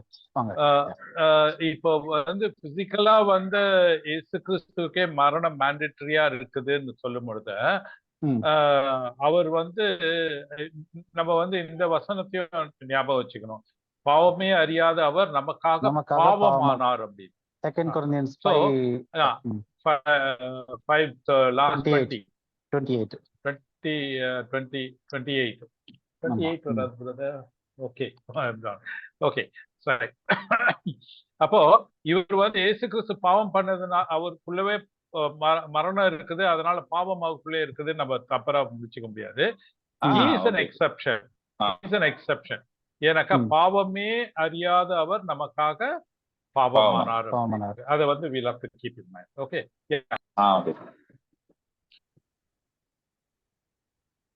Second Corinthians 5:21.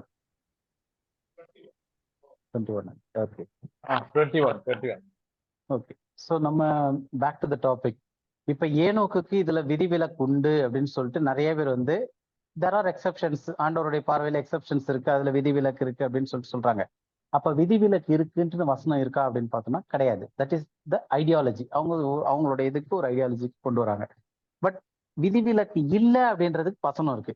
எப்படி வந்து ஆடம் வந்து தன்னுடைய சுய இஷ்டத்தினால ஃப்ரீ வில்ல தான் எல்லாமே செஞ்சான், ஆடம் மட்டும் அன்னைக்கு ஃப்ரீ வில் இல்லாம கரெக்டா ஆண்டவருடைய இதுல இருந்திருந்தானா இன்னைக்கு பாவமேடு வந்திருக்காதுன்னு சொல்லும் போது அது வந்து நம்மளுடைய ரிலீஜியஸ் ஐடியாலஜி. ஆனா பைபிள்ல பார்த்தோம்னா அப்படி இல்லை. மாறானருக்கு ஆதாம் வந்து தன்னுடைய சுய இஷ்டத்தினாலே அல்ல அந்த பாவம் செய்யும் போது அப்படின்ட்டு மாயைக்கு கீழ்ப்படுத்தினவராலே கீழ்பட்டிருக்கான்னு பார்த்தோம். ஸோ அதே மாதிரி இங்கேயும் வந்து ஐடியாலஜிக்கல் வியூல இருக்கு, ஏனோக்கு எக்ஸப்ஷன்ஸ் இருக்குன்னு பாக்குறோம். ஆனா வேத வசனத்தின்படி இருக்கா அப்படின்னு பார்க்கணும் அப்படின்னா நம்ம வந்து அதே ரோமர் 5லயே வந்து 14th verse ஒரு தடவை படிக்கலாம். 14வது வசனம், ரோமர் 5:14. அப்படி இருந்தும் மரணமானது ஆதாம் முதல் மோசே வரைக்கும் ஆதாமின் மீறுதலுக்கு ஒப்பாய் பாவம் செய்யாதவர்களையும் ஆண்டு கொண்டது. அந்த ஆதாம் பின்பு வந்தவருக்கு முன் அடையாளமானவன். ஓகே, இப்ப இதுல வந்து அப்படி இருந்தும் மரணமானது ஆதாம் முதல் மோசே வரைக்கும் ஏனோக்கை தவிர அப்படின்னு போடல. கரெக்டா?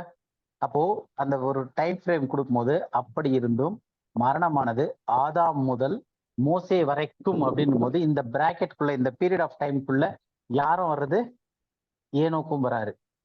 ஒருவேளை ஏனோக்கு வந்து பாவம் செய்யாதனால அவர் பரிசுத்தமா வாழ்ந்ததுனால அவருக்கு எக்ஸெப்ஷன் கிடைச்சதா அப்படின்னு பார்த்தோன்னா அதுல அடுத்தது சொல்லுது ஆதாமின் மீறுதலுக்கு ஒப்பாய் பாவம் செய்யாதவர்களையும் ஆண்டு கொண்டது. என்னது? மரணமானது. அப்போ வசனத்துல கிளியரா ஆதாம் முதற்கொண்டு மோசே வரைக்கும் இருந்த எல்லாரும் அவர்கள் ஆதாமை போல மீறுதலுக்கு ஒப்பான பாவம் செய்யாதவர்களா இருந்தாலும் அவர்கள் எல்லோரும் என்ன ஆண்டு கொண்டிருக்கு? மரணம் ஆண்டு கொண்டிருக்கு அப்படின்னு சொல்லி பார்க்கிறோம். அப்ப இதுல வந்து ஏனோக்கும் உள் அடங்குவார். இந்த மரணம் ஆண்டு கொண்டது அப்படின்னும் போது ஆதாம் முதல் மோசே வரைக்கும் ஆதாமின் மீறுதல் கொப்பாய் பாவம் செய்யாதவர்களையும் அந்த மரணமானது ஆண்டு கொண்டிருக்கு அப்படின்னும் போது இதுல ஏனோக்கும் வருவார். அப்ப ஏனோக்கு எக்ஸெப்ஷன் கிடையாது அப்படின்றது இதுல இருந்து நமக்கு தெளிவா தெரியுது. புரியுது இல்லையா? இதுல எந்த டவுட்டும் இல்லையே.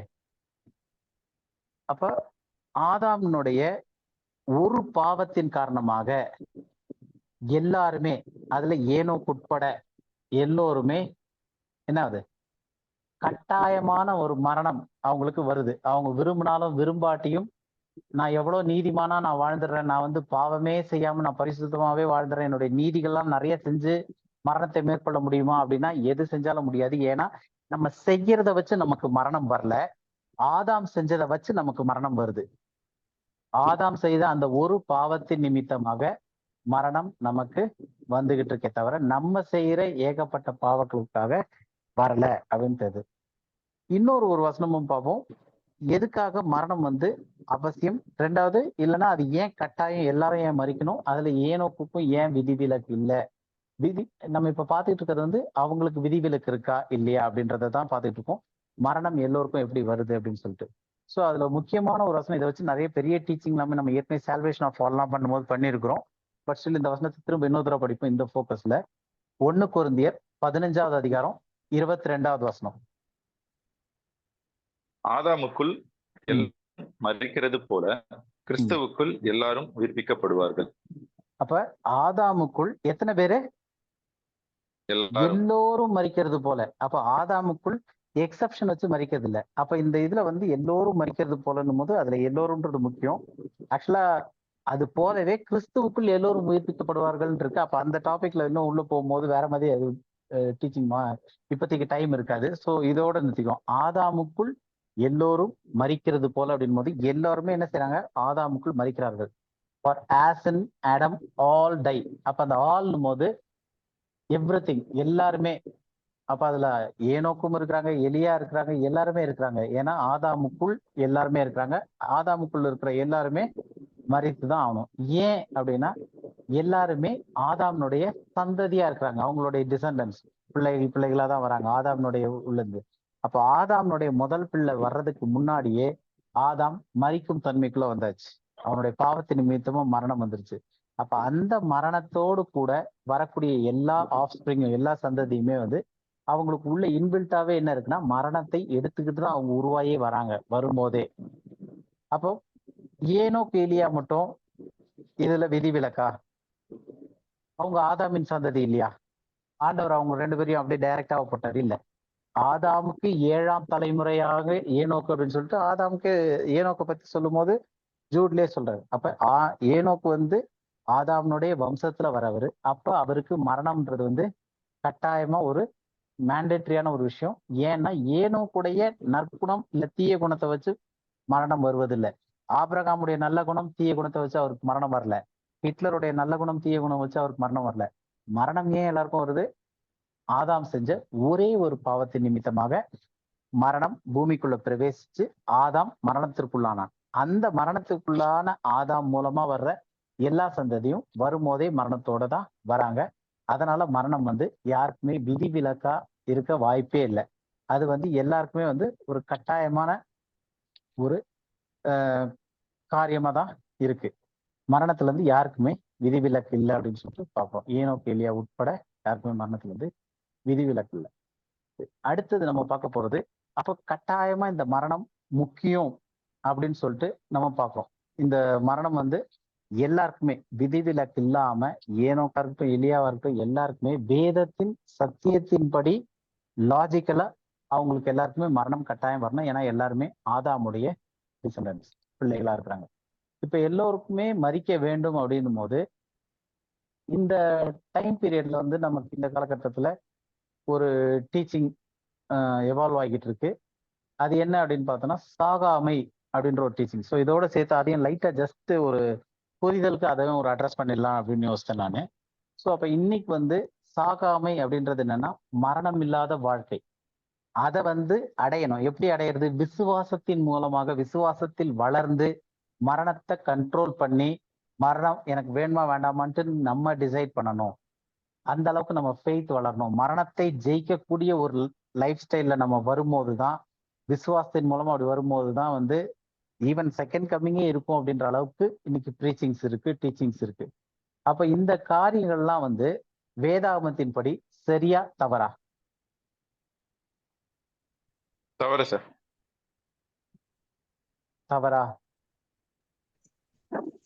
தவறு. தவறு. ஓகே, நம்ம டைரக்டா வந்து அது தவறு அப்படின்னு சொல்றதுக்கு முன்னாடி அதை கொஞ்சம் எக்ஸாமின் பண்ணி பார்ப்போம். ஏன் அப்படி சொல்றாங்க? ஏன்னா யாருமே வந்து திடீர்னு இப்போ ஒரு கள்ள உபதேசம் வருது அப்படின்னா யாருமே வந்து ஒரு மற்ற மத வேத புத்தகங்கள்ல இருந்து எடுத்துட்டு வந்து ஒரு புது விஷயத்த சொன்னா யாரும் ஏத்துக்க போறது கிடையாது. அவங்க சொல்றது எதுல இருந்து சொல்றாங்க? வசனத்துல இருந்து தான் சொல்றாங்க, வசனத்துல இருந்து காட்டுறாங்க. அப்ப அப்படிதான் உள்ள வருது இந்த மாதிரியான காரியங்கள். அப்ப இதை வந்து நம்ம வந்து ஓகே இவ்வளவு இதுல இருக்கு, ஓகே அதனால இது தவறு இது சரி அப்படின்றத விட சில கேள்வியில கேட்டு நம்ம இதை ஸ்டடி பண்ணி பார்ப்போம், இதை அனலைஸ் பண்ணி பார்ப்போம். இந்த சாகாமை அப்படின்னு சொல்லி இன்னைக்கு அந்த ஃபெய்த் மூலமா நம்ம அந்த ஒரு ஸ்டேஜுக்கு அப்படியே மூவ் ஆகி நம்ம வந்து மரணத்தை மேற்கொள்ளும் விதத்துல நம்ம போகணும், அந்த சாகாமையை அட்டன் பண்ணணும் அப்படின்னு சொல்லிட்டு. ஏன்னா இப்போ அது ரொம்ப பாப்புலரா அந்த டீச்சிங் வந்துகிட்டு இருக்கு. அப்ப இதுல ஃபர்ஸ்ட் நம்ம சில கேள்விகள் கேட்போம். இது வந்து நம்ம ஜென்ரலா ஓப்பன் டு ஆல். இந்த இது கொஸ்டின் நம்ம கேள்விக்கு நம்ம ஹானஸ்டா நம்மளே பதில் சொல்லி பார்ப்போம். முதல் விஷயம், மரணம் யாருக்கு பிடிக்கும்? யாரெல்லாம் மரிக்கணும்னு ஆசைப்படுவாங்க? நம்ம குரூப்ல இப்ப ஜென்ரலா நம்மக்குள்ளேயே கேக்குறேன், யாருக்காவது இப்ப நாளைக்கு மரிக்கணும்னு ஆசை இருக்கா? யாருக்குமே ஆசை வராது. எல்லாருக்கும் பயம் தான் வரும். எல்லாருக்கும் பயம் வரும். இல்ல பயம் வரும். ஒண்ணு மரணம்ன்ற குறிச்சு பயம் வரும். ரெண்டாவது நம்ம எல்லாம் மரிக்காம இருக்கிறவங்கள விட்டு போகணுமே. இப்ப இருந்தோம்னா இன்னும் பேரன் பேத்தி பார்க்கலாம். அந்த பேரனுக்கு கண்மணிக்கு இருக்கான் சார். நம்ம தனியா அவங்க அம்மா நெருக்கங்கள் ரொம்ப ஜாஸ்தியா இருக்கும்போது செப்பரேட்டா நல்லா இருக்கும்னு தோணும். அது வந்து தோணவே கூடாது. இல்ல அது வந்து நமக்கு வந்து ஐயோ இது முடியலையேன்னு எக்ஸாஸ்ட் ஆகி சொல்றது. இது வந்து மரணத்தை மேற்கொள்றதுன்றது கிடையாது. சாவாமைக்கு நம்ம இப்ப நம்ம ஜென்ரலா பார்த்தோம் அப்படின்னா யாருமே வந்து ரொம்ப லைஃப்ல வெறுத்து போய் எக்ஸாஸ்ட் ஆனவங்க தான் வந்து ஓகே நம்ம மறிச்சிடலாம், இதை விட செத்தாலே பரவாயில்ல அப்படின்ற மாதிரி ஏதாவது ஒரு சுச்சுவேஷன்ல வரும். நம்ம இதை ஏற்கனவே நம்ம ஸ்டடி பண்ணும்போது இந்த யோனா கதையில இது பண்ணும்போது அவர் போய் சூறை செடிக்குள்ள உட்காந்துட்டு ஒரு நாள் நல்லா இருக்கும் போது அப்படின்ட்டு இருப்பாரு, இன்னொரு நாள் வந்து அது பட்டு போன உடனே ஐயோன்னு இது பண்ணிக்கிட்டு இருப்பாரு மறிக்கிற மாதிரி. ஸோ அது ஒவ்வொரு நாளைக்கு நம்ம ஒரு நாள் நல்லா சந்தோஷமா இருந்தோம் அப்படின்னா எப்பா இதே மாதிரி நல்லா இருந்தா நல்லா இருக்கும் போல இருக்கு. அப்ப அடிப்படையில யாருமே மறிக்கணுன்றதுக்கு விரும்புறது கிடையாது. இந்த பூமியில இன்னும் வாழ்ந்துகிட்டு இருக்கணும்ன்றது எல்லாருக்குமே ஒரு ஆசையாதான் இருந்துகிட்டு இருக்கு. ரெண்டாவது நம்ம கேட்க வேண்டிய ஒரு கேள்வி இதுல என்ன அப்படின்னு பார்த்தோம்னா, இதெல்லாம் நம்மளுக்கு கேட்டுக்கிறது, சாகாமை நல்லதா கெட்டதா? அதாவது மரணம் இல்லாத வாழ்க்கை. ஏன்னா நமக்கு எல்லாருக்கும் இப்ப அது ஆசை இருக்குன்றது பார்த்தாச்சு. ஏன்னா இன்னும் பேர பிள்ளைகள் அதோட பிள்ளைகள் இருந்து நல்லா சந்தோஷமா இருக்கிறதுன்றது வந்து எல்லாருக்குமே பிடிக்கும். யாருமே போய் செத்து போய் கல்லறைக்குள்ள போயிடணும்னு ஆசைப்படுறது இல்லை. ஸோ அப்படி இருக்கும்போது இந்த சாகாமை அப்படின்றது வந்து கெட்டதா நல்லதா? மரணம் இல்லாத வாழ்க்கை அப்படியே அடையிறது நல்லதா கெட்டதா? கெட்டது. கெட்டது. பிடிக்காது ஆனாலும் அது கெட்டதுதான். சாவ பிடிக்காது ஆனா சாகாம இருக்கிறது கெட்டது. அப்படியா? ஆமா, சாகாம இருக்கிறது அது கெட்டது. இன்னும் பாவம் பெருகும் நினைக்கிறேன். ஓகே வேற ஏதாவது ஐடியாஸ் இருக்கா? Okay, good evening Shamod brother.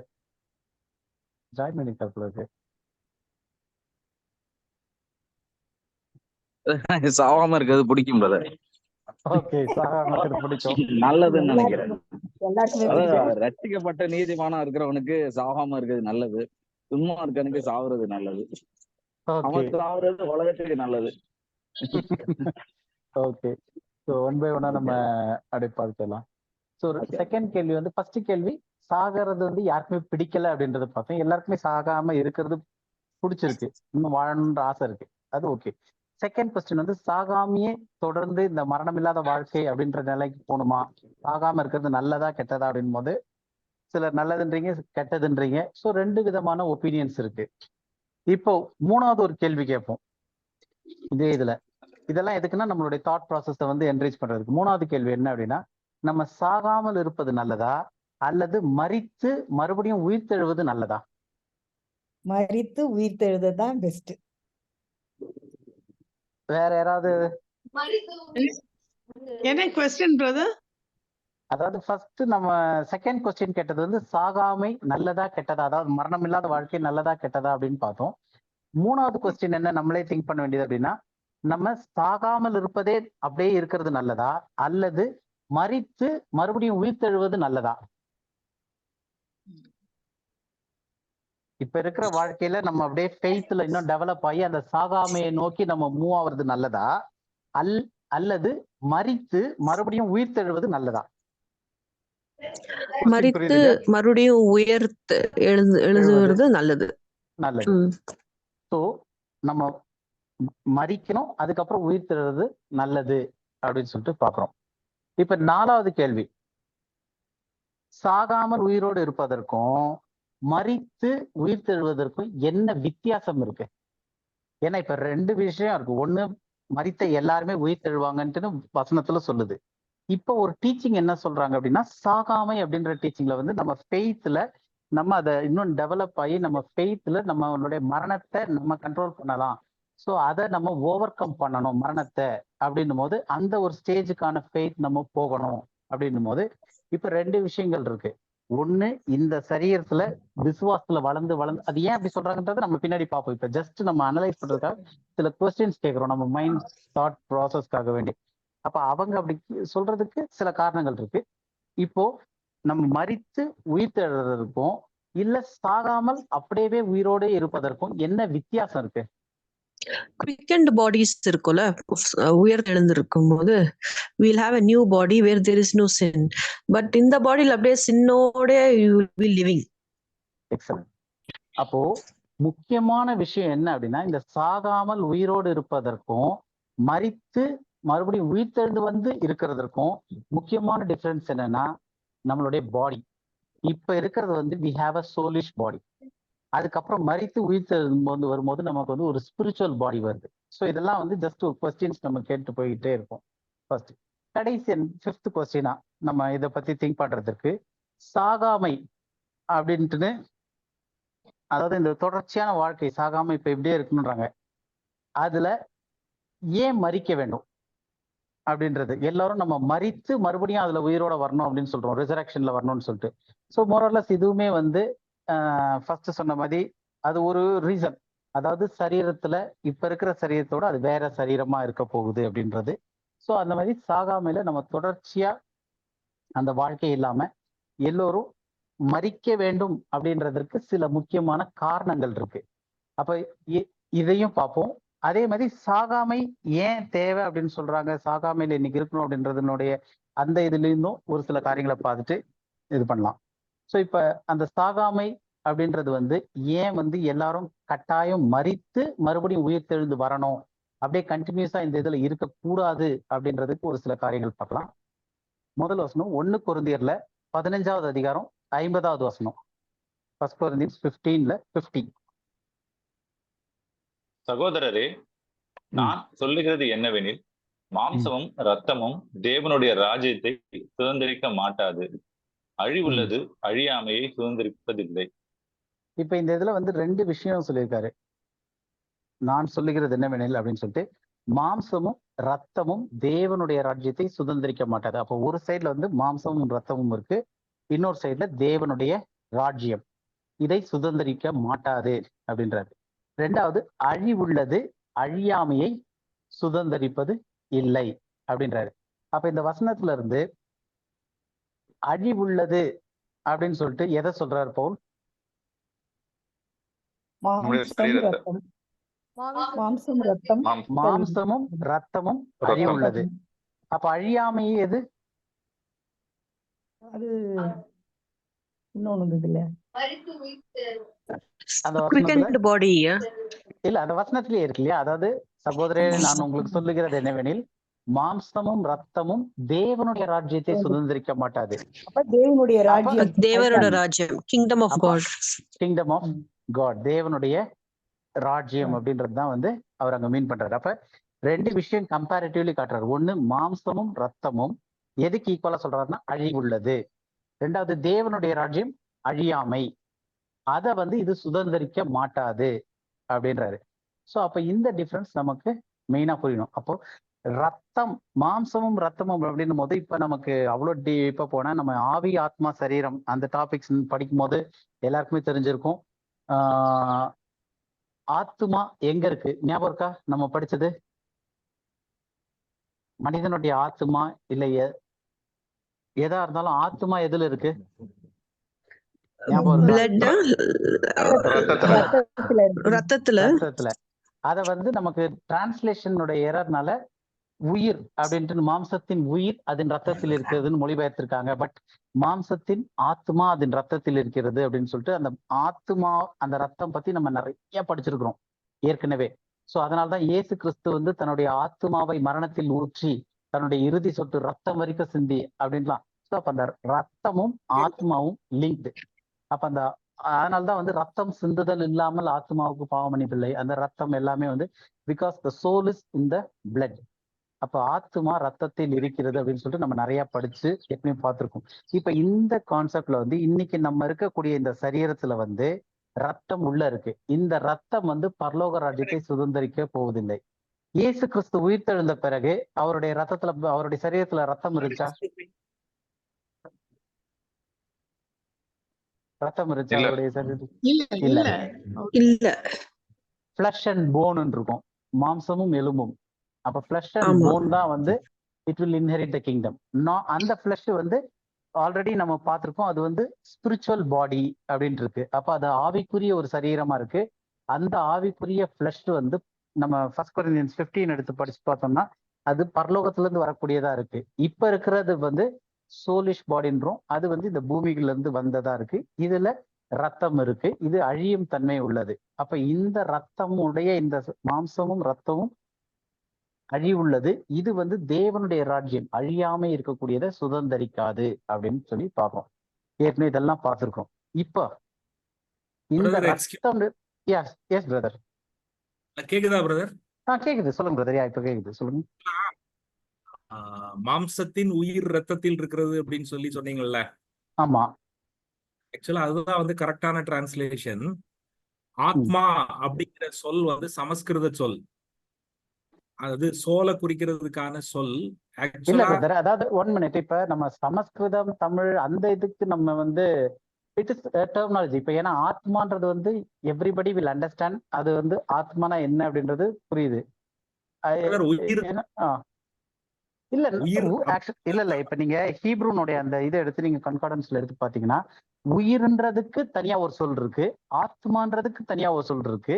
இந்த இடத்துல வரக்கூடிய சொல் வந்து உயிர்ன்றதுக்கான ஹீப்ரு எழுத்து போடல, ஆத்மான்றதுக்கான ஹீப்ரு எழுத்து நெஃபஷ் அப்படின்றது தான் போட்டிருக்கு அந்த இதுல. சரி பிரதர், இன்னொரு கான்டெக்ஸ்ட்ல நம்ம பிறகு. ஓகே, ஹலோ, கட் ஆயிடுச்சு பிரதர். ஓகே, பிறகு டிஸ்கஸ் பண்ணலாம் பிரதர், இன்னொரு கான்டெக்ஸ்ட்ல வேற கான்டெக்ஸ்ட். ஓகே. சோ இதுல வந்து என்ன பார்த்து ஓகே, இந்த நம்ம இப்ப இருக்கிற இந்த பாவ சரீரத்துல இதுல ரத்தம் கலந்து இருக்கக்கூடிய இந்த பாவ சரீரம் இது வந்து சாகாமை பெறுவது அப்படி இல்லாட்டி சாகாமை பெற முயற்சிப்பது விசுவாசத்தின் மூலமாக, இல்லை எப்படி பண்ணி இதை வந்து ஒரு சாகாமை அப்படின்ற நிலைக்கு நம்ம இப்ப இருக்கிற இந்த சரீரத்தை கொண்டு போறது அப்படின்றது வந்து தேவனுடைய ரட்சிப்பின் திட்டத்திற்கு எதிரான ஒரு செயல். இது எப்படி நம்ம வசனத்துல இருந்து பார்க்க போறோம். ஸோ இந்த சாகாமை டீச்சிங் வந்து இப்ப நம்ம இருக்கிறதுலயே வந்து இன்னும் விசுவாசத்துல வளர்ந்து இந்த இதுல இருந்து சாகாமைக்கு போகணும் அப்படின்னும் போது இது வந்து தேவனுடைய ரட்சிப்பின் திட்டத்திற்கு மாறான ஒரு விஷயம். இன்னும் கூடுதலா சொல்ல போனா ஆரம்பத்துல இது சாத்தானுடைய திட்டமா இருந்துச்சு. ஸோ இது நமக்கு எப்படி தெரியும் இது வந்து தேவன் இந்த திட்டத்தை வைக்கல, இது சாத்தானுக்கான திட்டமா இருந்துச்சு, இது தேவன் வந்து வெறுத்தாரு அப்படின்றது எப்படி தெரியும் அப்படின்னு பார்த்து ஒரு 2 வசனம் பார்க்கலாம். ஆதியாகமத்துல 3வது அதிகாரம் 22வது வசனம். ஆதியாகமம் 3:22 படிங்க. பின்பு தேவனாகிய கர்த்தர், இதோ மனுஷன் நன்மை தீமை அறியத்தக்கவனாய் நம்மில் ஒருவரை போல் ஆனான். இப்பொழுதும் அவன் தன் கையை நீட்டி ஜீவ விருட்சத்தின் கனியையும் பறித்து புசித்து என்றைக்கும் உயிரோடு இராதபடிக்கு செய்ய வேண்டும் என்று. ஓகே, இப்ப பாவம் செஞ்சாச்சு. பாவம் செஞ்ச உடனே அவனுக்குள்ள பாவ சரீரமா மாறிடுச்சு, அந்த ஆத்தும சரீரம். அப்போ தேவன் என்ன சொல்றாரு, இந்த ஜீவ விருட்சத்தின் கனியை எடுத்து அவன் புசித்து என்றென்றைக்கும் உயிரோடு இராதபடிக்கு அவனை செய்ய வேண்டும் அப்படின்றாரு. அப்ப தேவன் வந்து இந்த பாவ சரீரத்தோடு கூட என்னென்னைக்கும் அழியாமை இல்லாட்டி உயிரோடு இருக்கிறது, ஜீவனோடையே அப்படியே இருக்கிறது அப்படின்ற நிலைக்கு வந்து இவன் போயிடக்கூடாது. இந்த மனிதன் பாவத்துல விழுந்த இந்த பாவ சரீரம் இருக்கிற மனிதன் வந்து இந்த நிலைக்கு போயிடக்கூடாது, அவனை வந்து உயிரோடு இருக்கிறத தடை செய்யணும், அப்படி உயிரோடு இருக்கக்கூடாது, இராதபடிக்கு செய்ய வேண்டும் அப்படின்னு சொல்லிட்டு எந்த அளவுக்கு அது ஒரு சீரியஸ்னஸ் இருந்துச்சுன்னா அவர் அடுத்தது 24வது வசனம் படிங்க. ஆதியாகமம் 3:24.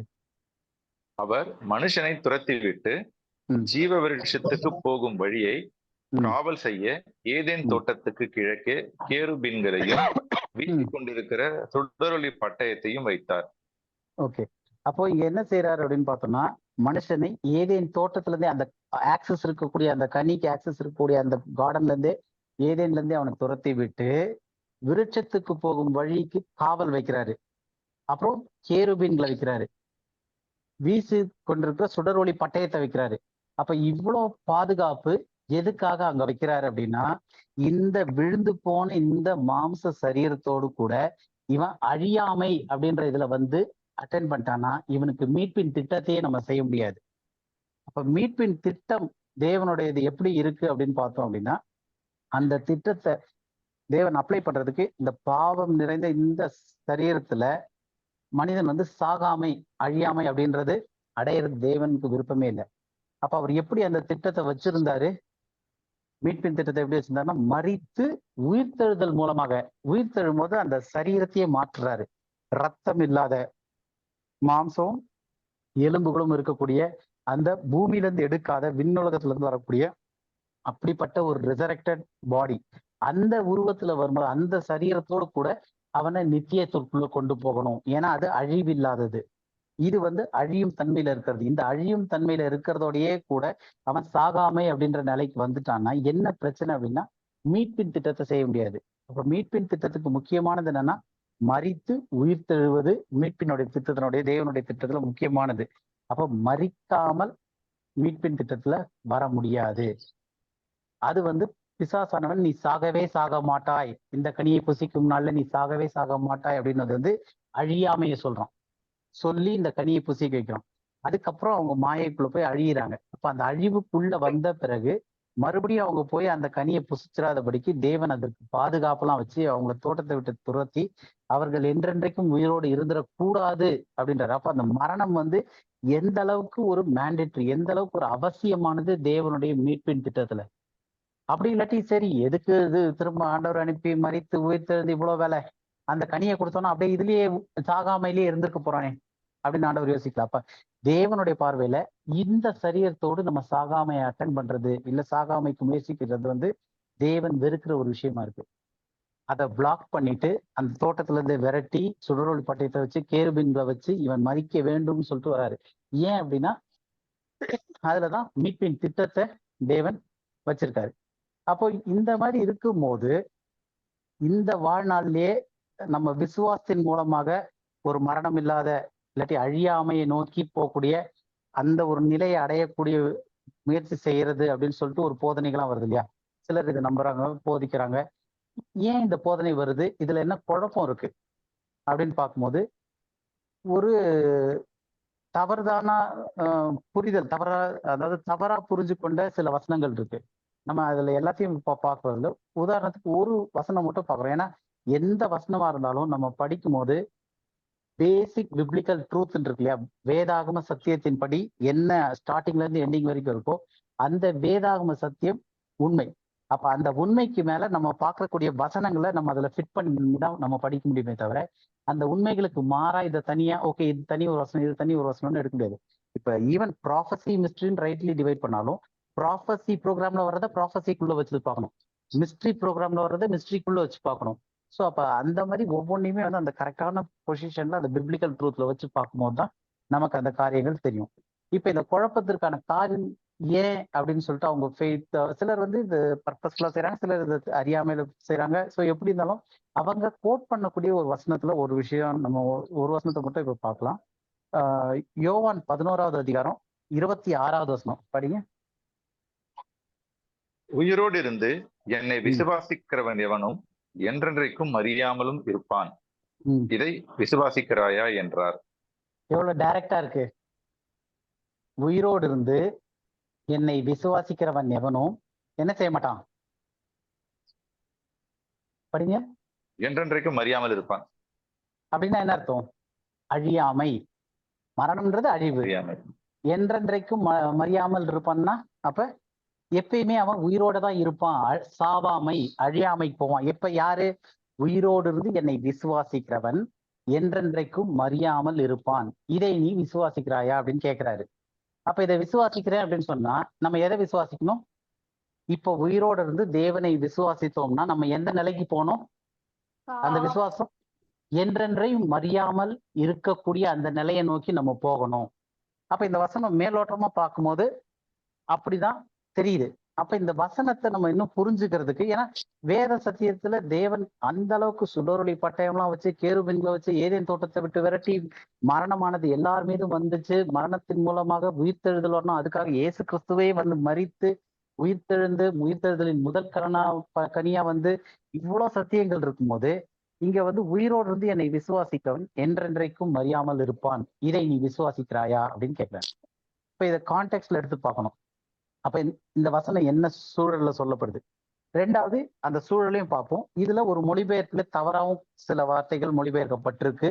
அது நம்ம தமிழ் பைபிள் இல்லை, எல்லா டிரான்ஸ்லேஷன்லயுமே எந்த டிரான்ஸ்லேஷன் எடுத்தாலும் அது வந்து மொழிபெயர்ப்பாளர்களுடைய கலாச்சாரம், அவங்களுடைய ஐடியாலஜி, இதை வச்சு மொழிபெயர்ப்பது. அப்ப தேவன் இன்ஸ்பயர் பண்ண அந்த வேர்ட் ஆஃப் காட்ல வந்து அவர் இருக்க போறது இல்லை. ஆனா அதுக்கப்புறம் அதை நகல் எடுத்து இதெல்லாம் வரும்போது சில தவறுகள் நிறைய வர்றதுக்கு வாய்ப்பு இருக்கு. அப்படிப்பட்ட ஒரு காரியம் தான் இதுல இருக்கு. அதை நம்ம என்னன்னு பார்ப்போம் இந்த இதுலயும்.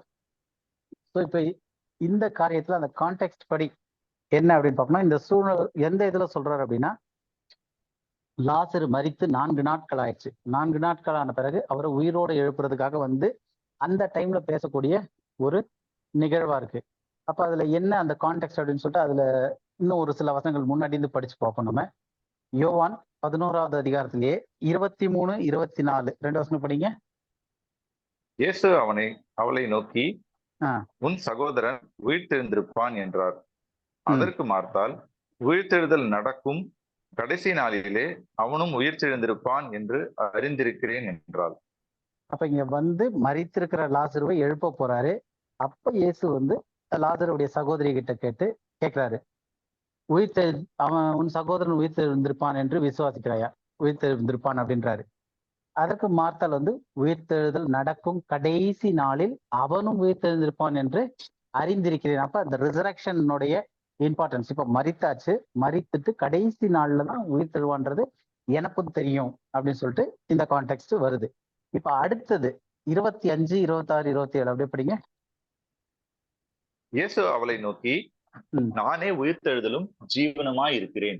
என்னை விசுவாசிக்கிறவன் மரித்தாலும் பிழைப்பான். உயிரோடு இருந்து என்னை விசுவாசிக்கிறவன் எவனும் என்றென்றைக்கும் மறியாமலும் இருப்பான். இதை விசுவாசிக்கிறாயா என்றார்.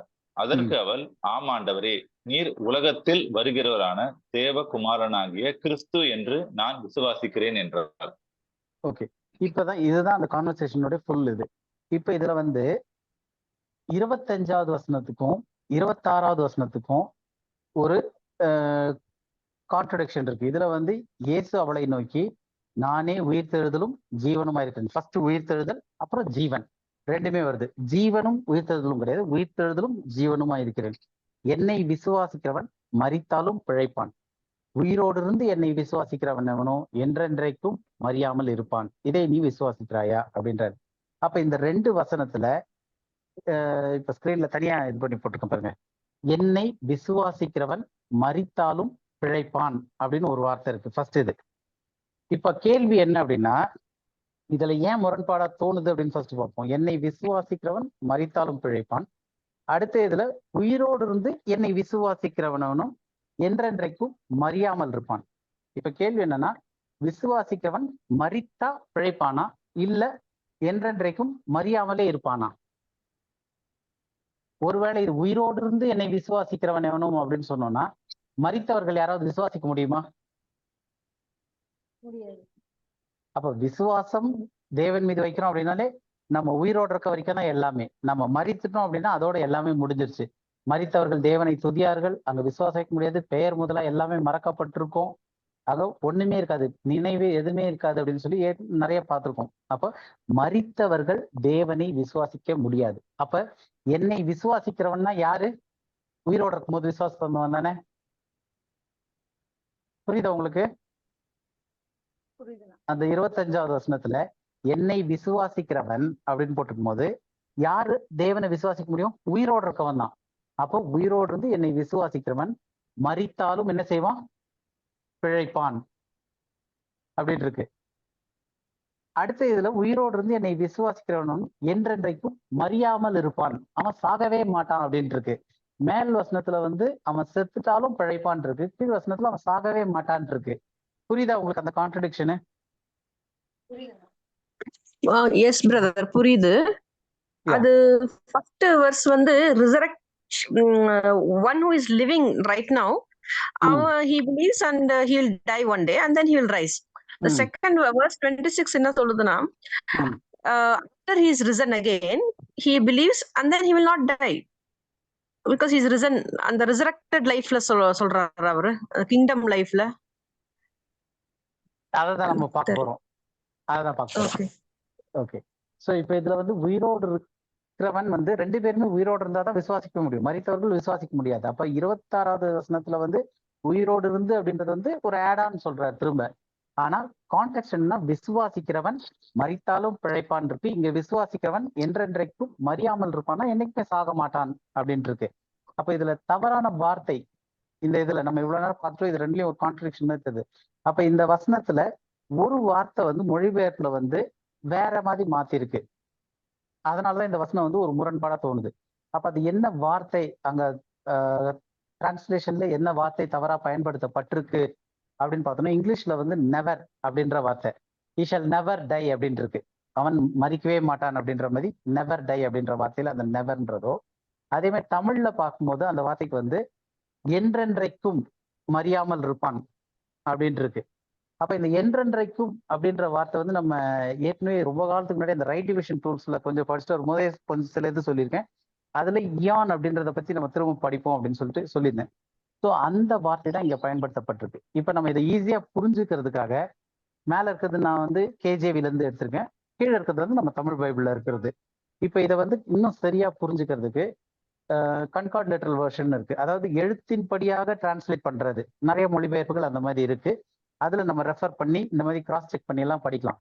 அப்ப அந்த எழுத்தின்படியான இதுல சிஎல்வி அப்படின்ற வெர்ஷன்ல, கன்கார்ட் லிட்டரல் வெர்ஷன்ல என்ன போட்டிருக்கு அப்படின்னா, and everyone who is living and believing in me should by no means be dying for the eon. அந்த இயான் அப்படின்ற வார்த்தைய தமிழ்ல என்றென்றைக்கும் அப்படின்னு மொழிபெயர்த்திருக்காங்க, கேஜேவில நெவர் அப்படின்னு மொழிபெயர்த்திருக்காங்க. அப்ப இந்த இயான் அப்படின்ற வார்த்தைக்கான கிரேக்க வார்த்தை என்ன இருக்குன்னா ஏயான். அந்த ஏயான்றதுல இருந்து தான் இங்கிலீஷ் வார்த்தை இயான் வந்திருக்கு. அந்த இயான் அப்படின்ற இங்கிலீஷ் வார்த்தைக்கான ஒரு தமிழ் சொல் என்னவா பயன்படுத்தலாம் அப்படின்னு பார்த்தோம்னா, ஒரு காலம் இல்ல யுகம் அந்த மாதிரி ஒரு ஆரம்பம் ஒரு முடிவு இருக்கக்கூடிய ஒரு யுகம். ஸோ அப்போ அந்த வந்து for the aeon, for the ages அப்படின்ற மாதிரி. அப்போ அதே இன்னொரு டிரான்ஸ்லேஷனும் காட்டுறேன். இது வந்து யங்ஸ் லிட்ரல் டிரான்ஸ்லேஷன். இதுவுமே வந்து ஒரு லிட்ரல் டிரான்ஸ்லேஷன், நல்ல டிரான்ஸ்லேஷன் நம்ம வச்சு படிக்கிறதுக்கு. ஸோ இந்த இதுல என்ன போட்டிருக்குன்னா, and every one who is living and believing in me shall not die to the age. அப்போ இந்த ஏஜ் அப்படின்றது என்னன்னா வரப்போற காலங்கள், வரப்போற காலம் இல்ல இயான், யுகம் அப்படின்னு சொல்லிட்டு. இதுல வந்து பைபிள்ல வேற சில வசனங்கள்ல இந்த ஏஜஸ் டு கம் அப்படின்னு இருக்கும், வருங்காலங்களில் அப்படின்னு தமிழ்ல மொழிபெயர்த்திருப்பாங்க. அந்த இடத்துல இதே வார்த்தை தான் இருக்கு. அப்ப அதே வார்த்தைய வேற சில இடத்துல எப்படி மொழிபெயர்த்திருக்காங்க அப்படின்னு பார்த்தோம்னா, யுகங்கள் அப்படின்ற இடத்துல இயான் அப்படின்னு வரக்கூடிய இடத்துல நித்திய நித்தியமாய் இல்லைன்னா ஃபார் எவர் அண்ட் எவர் அப்படின்னு சொல்லிட்டு. அப்ப இது வந்து நம்ம தனி டாபிக் அடுத்த இதுல போகும்போது கூட, இதுக்கு அடுத்தது ஹெல் மாதிரி அந்த டாபிக்ஸ் படிக்கும்போது நம்ம பார்ப்போம். அப்போ இயான் அப்படின்னு பயன்படுத்தப்பட்ட வார்த்தை ஒரு பிகினிங் ஒரு எண்ட் இருக்கக்கூடிய ஒரு லாங் டியூரேஷன் ஆஃப் டைம்னு வைக்கலாம், ஒரு யுகம்னு வைக்கலாம், ஒரு காலம்னு வைக்கலாம், இந்த மாதிரி. அப்போ நம்ம சொல்லும் போதே நித்தியம் நித்தியம் அப்படின்ற வார்த்தைக்கு அந்த லிட்ரல் டிரான்ஸ்லேஷன்ஸ் எல்லாம் எப்படி போட்டிருக்காங்கன்னா ஏஜஸ் ஆஃப் ஏஜ் இல்ல ஏஜ் ஆஃப் ஏஜஸ், அந்த காலங்களுடைய ஒரு கடைசியான ஒரு காலம் அப்படின்ற மாதிரி ஏஜஸ் ஆஃப் ஏஜஸ், காலங்களின் காலம் அப்படின்ற மாதிரி வார்த்தைகள்லாம் இருக்கு. அந்த வார்த்தைகளை மொழிபெயர்க்கும் போது ஃபார் எவர் அண்ட் எவர் அப்படின்னு போட்டாங்க, நித்திய நித்தியமாய் அப்படின்னு சொல்லிட்டு. இப்ப நித்தியத்துக்கு முடிவு இருக்கா? நித்தியத்துக்கு முடிவு இருக்கா?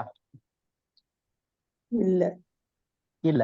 அப்ப நித்திய நித்தியமாய் இல்ல ஃபார் எவர் அண்ட் எவர் அப்படின்னும் போது நம்ம பழக்கத்துல வந்து ரொம்ப நாளைக்கு சொல்றதுக்கு ஃபார் எவர் அண்ட் எவர் அப்படின்னு சொல்லிட்டோம், நித்திய நித்தியமாய் அப்படின்னு சொல்லிட்டு முடியவே இல்லாததுன்னு சொல்லிட்டோம்.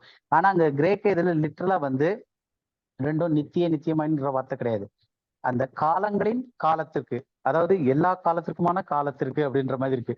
அப்ப அதுல ஒரு ஆரம்பம் ஒரு முடிவு இருக்கு. இப்ப நித்திய நித்தியமாய்னா ஒரு நித்தியம் முடிஞ்சாதான் அடுத்த நித்தியம் ஆரம்பிக்கணும்.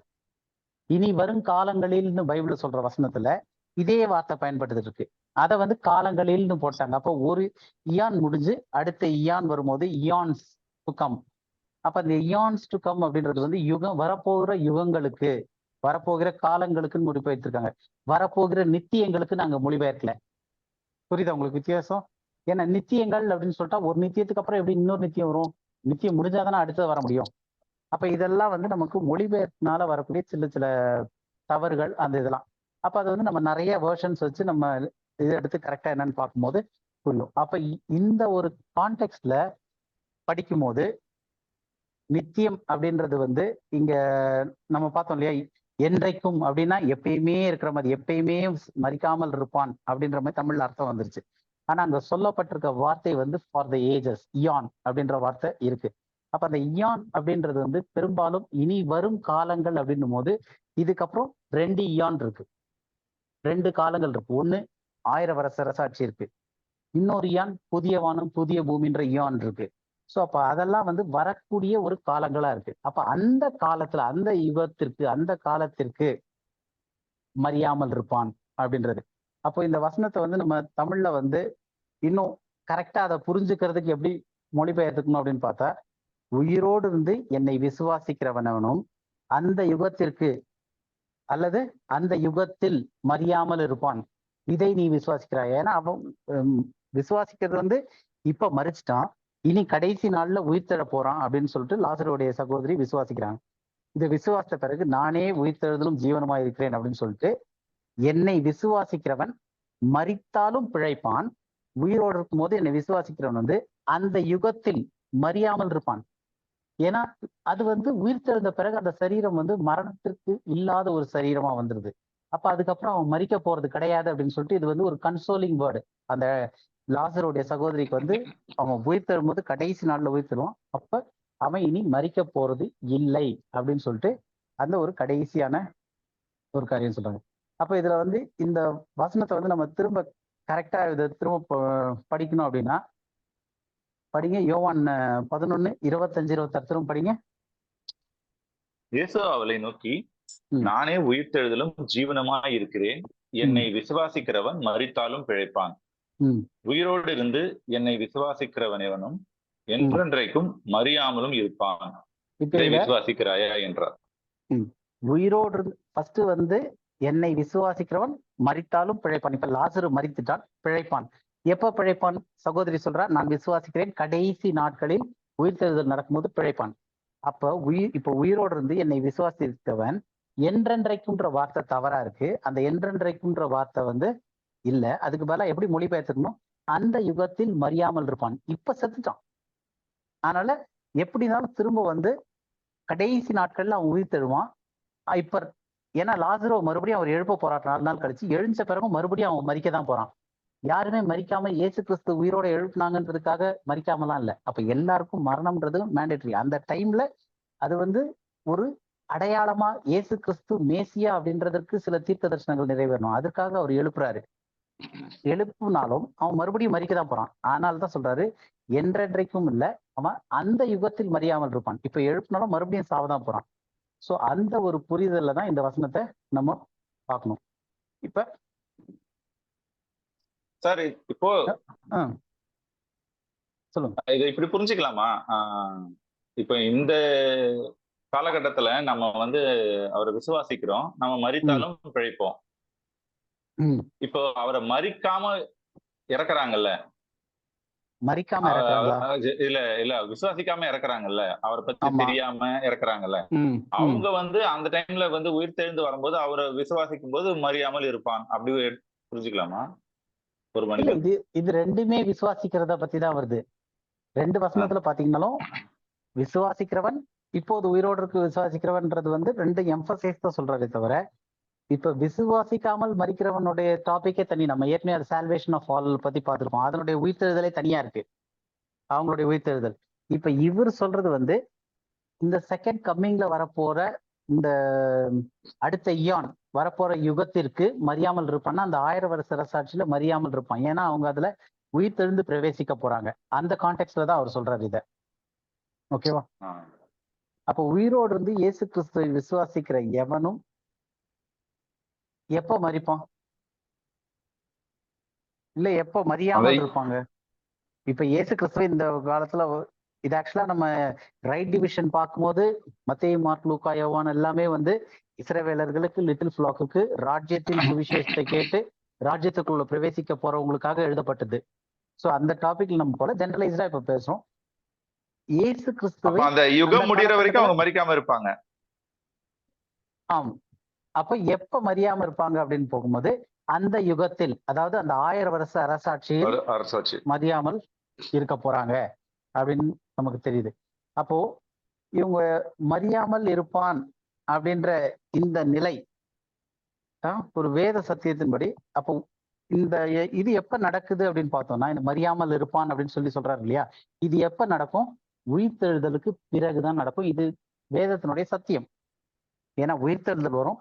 உயிர்த்தெழுதல் வரும்போது அதுக்கப்புறம் வந்து அந்த உயிர்த்தெழுதல்ல வந்து அவங்களுக்கு வேற விதமான பாடி வரப்போகுது, ஸ்பிரிச்சுவல் பாடி வரப்போகுது. அந்த பாடியில மரணம் கிடையாது, அதுல ரத்தம் கிடையாது.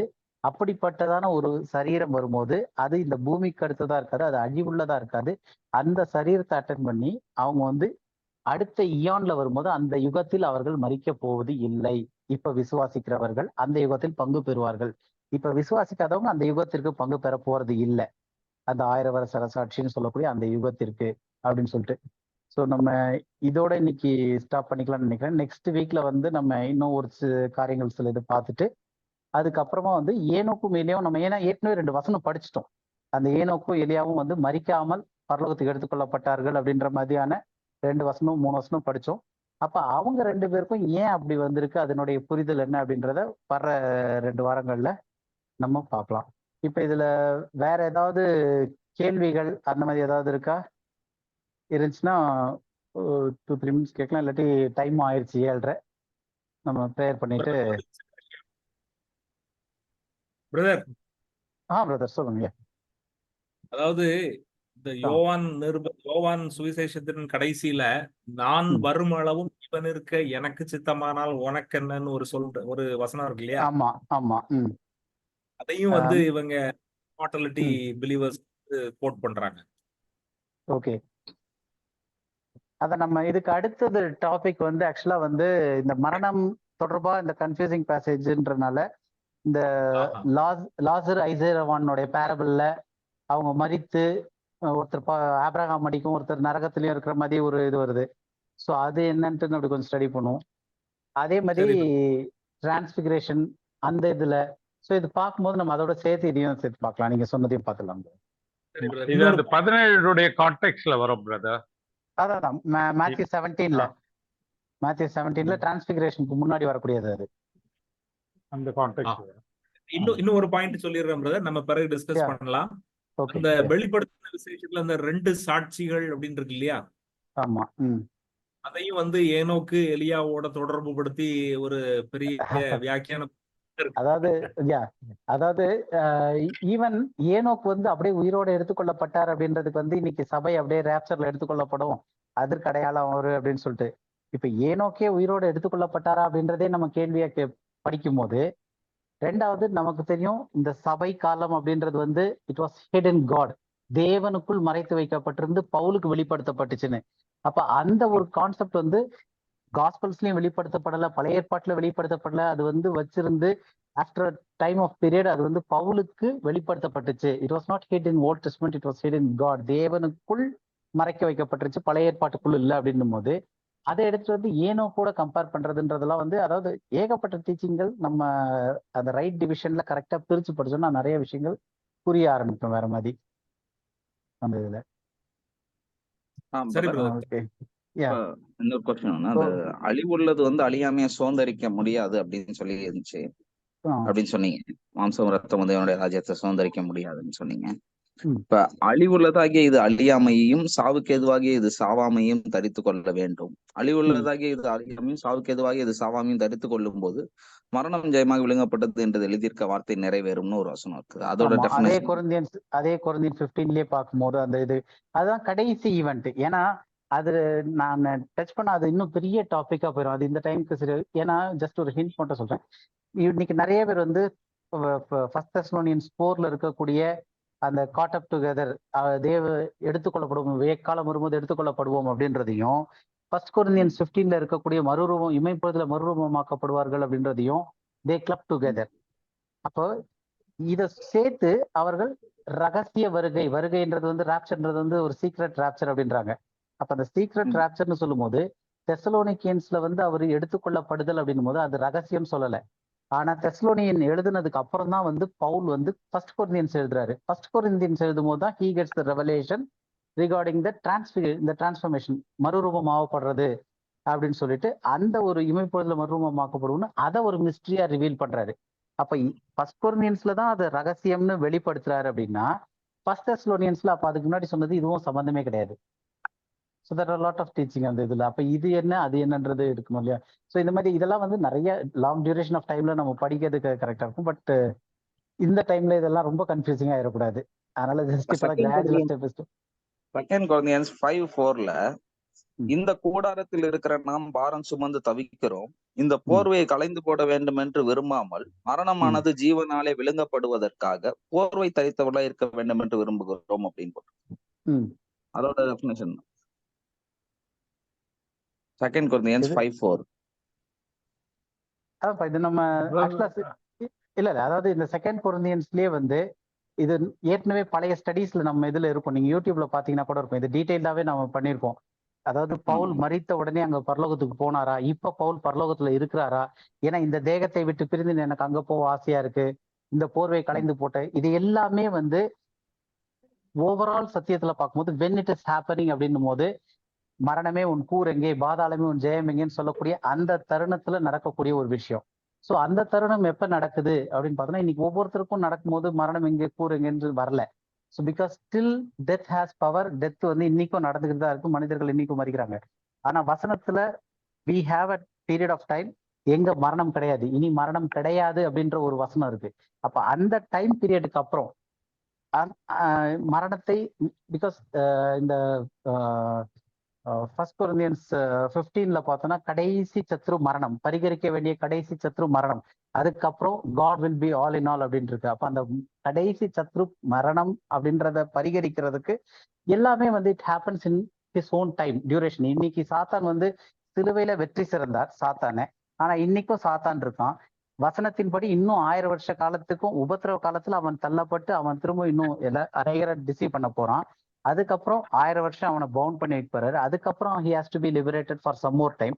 அப்போ சிலுவையில் அவரை எங்க வெற்றி சிறந்தாரு அப்படின்னா, சிலுவை வந்து it is the centre of every thing, cross. அப்ப அங்க சிலுவையில வெற்றி சிறந்துட்டாரு.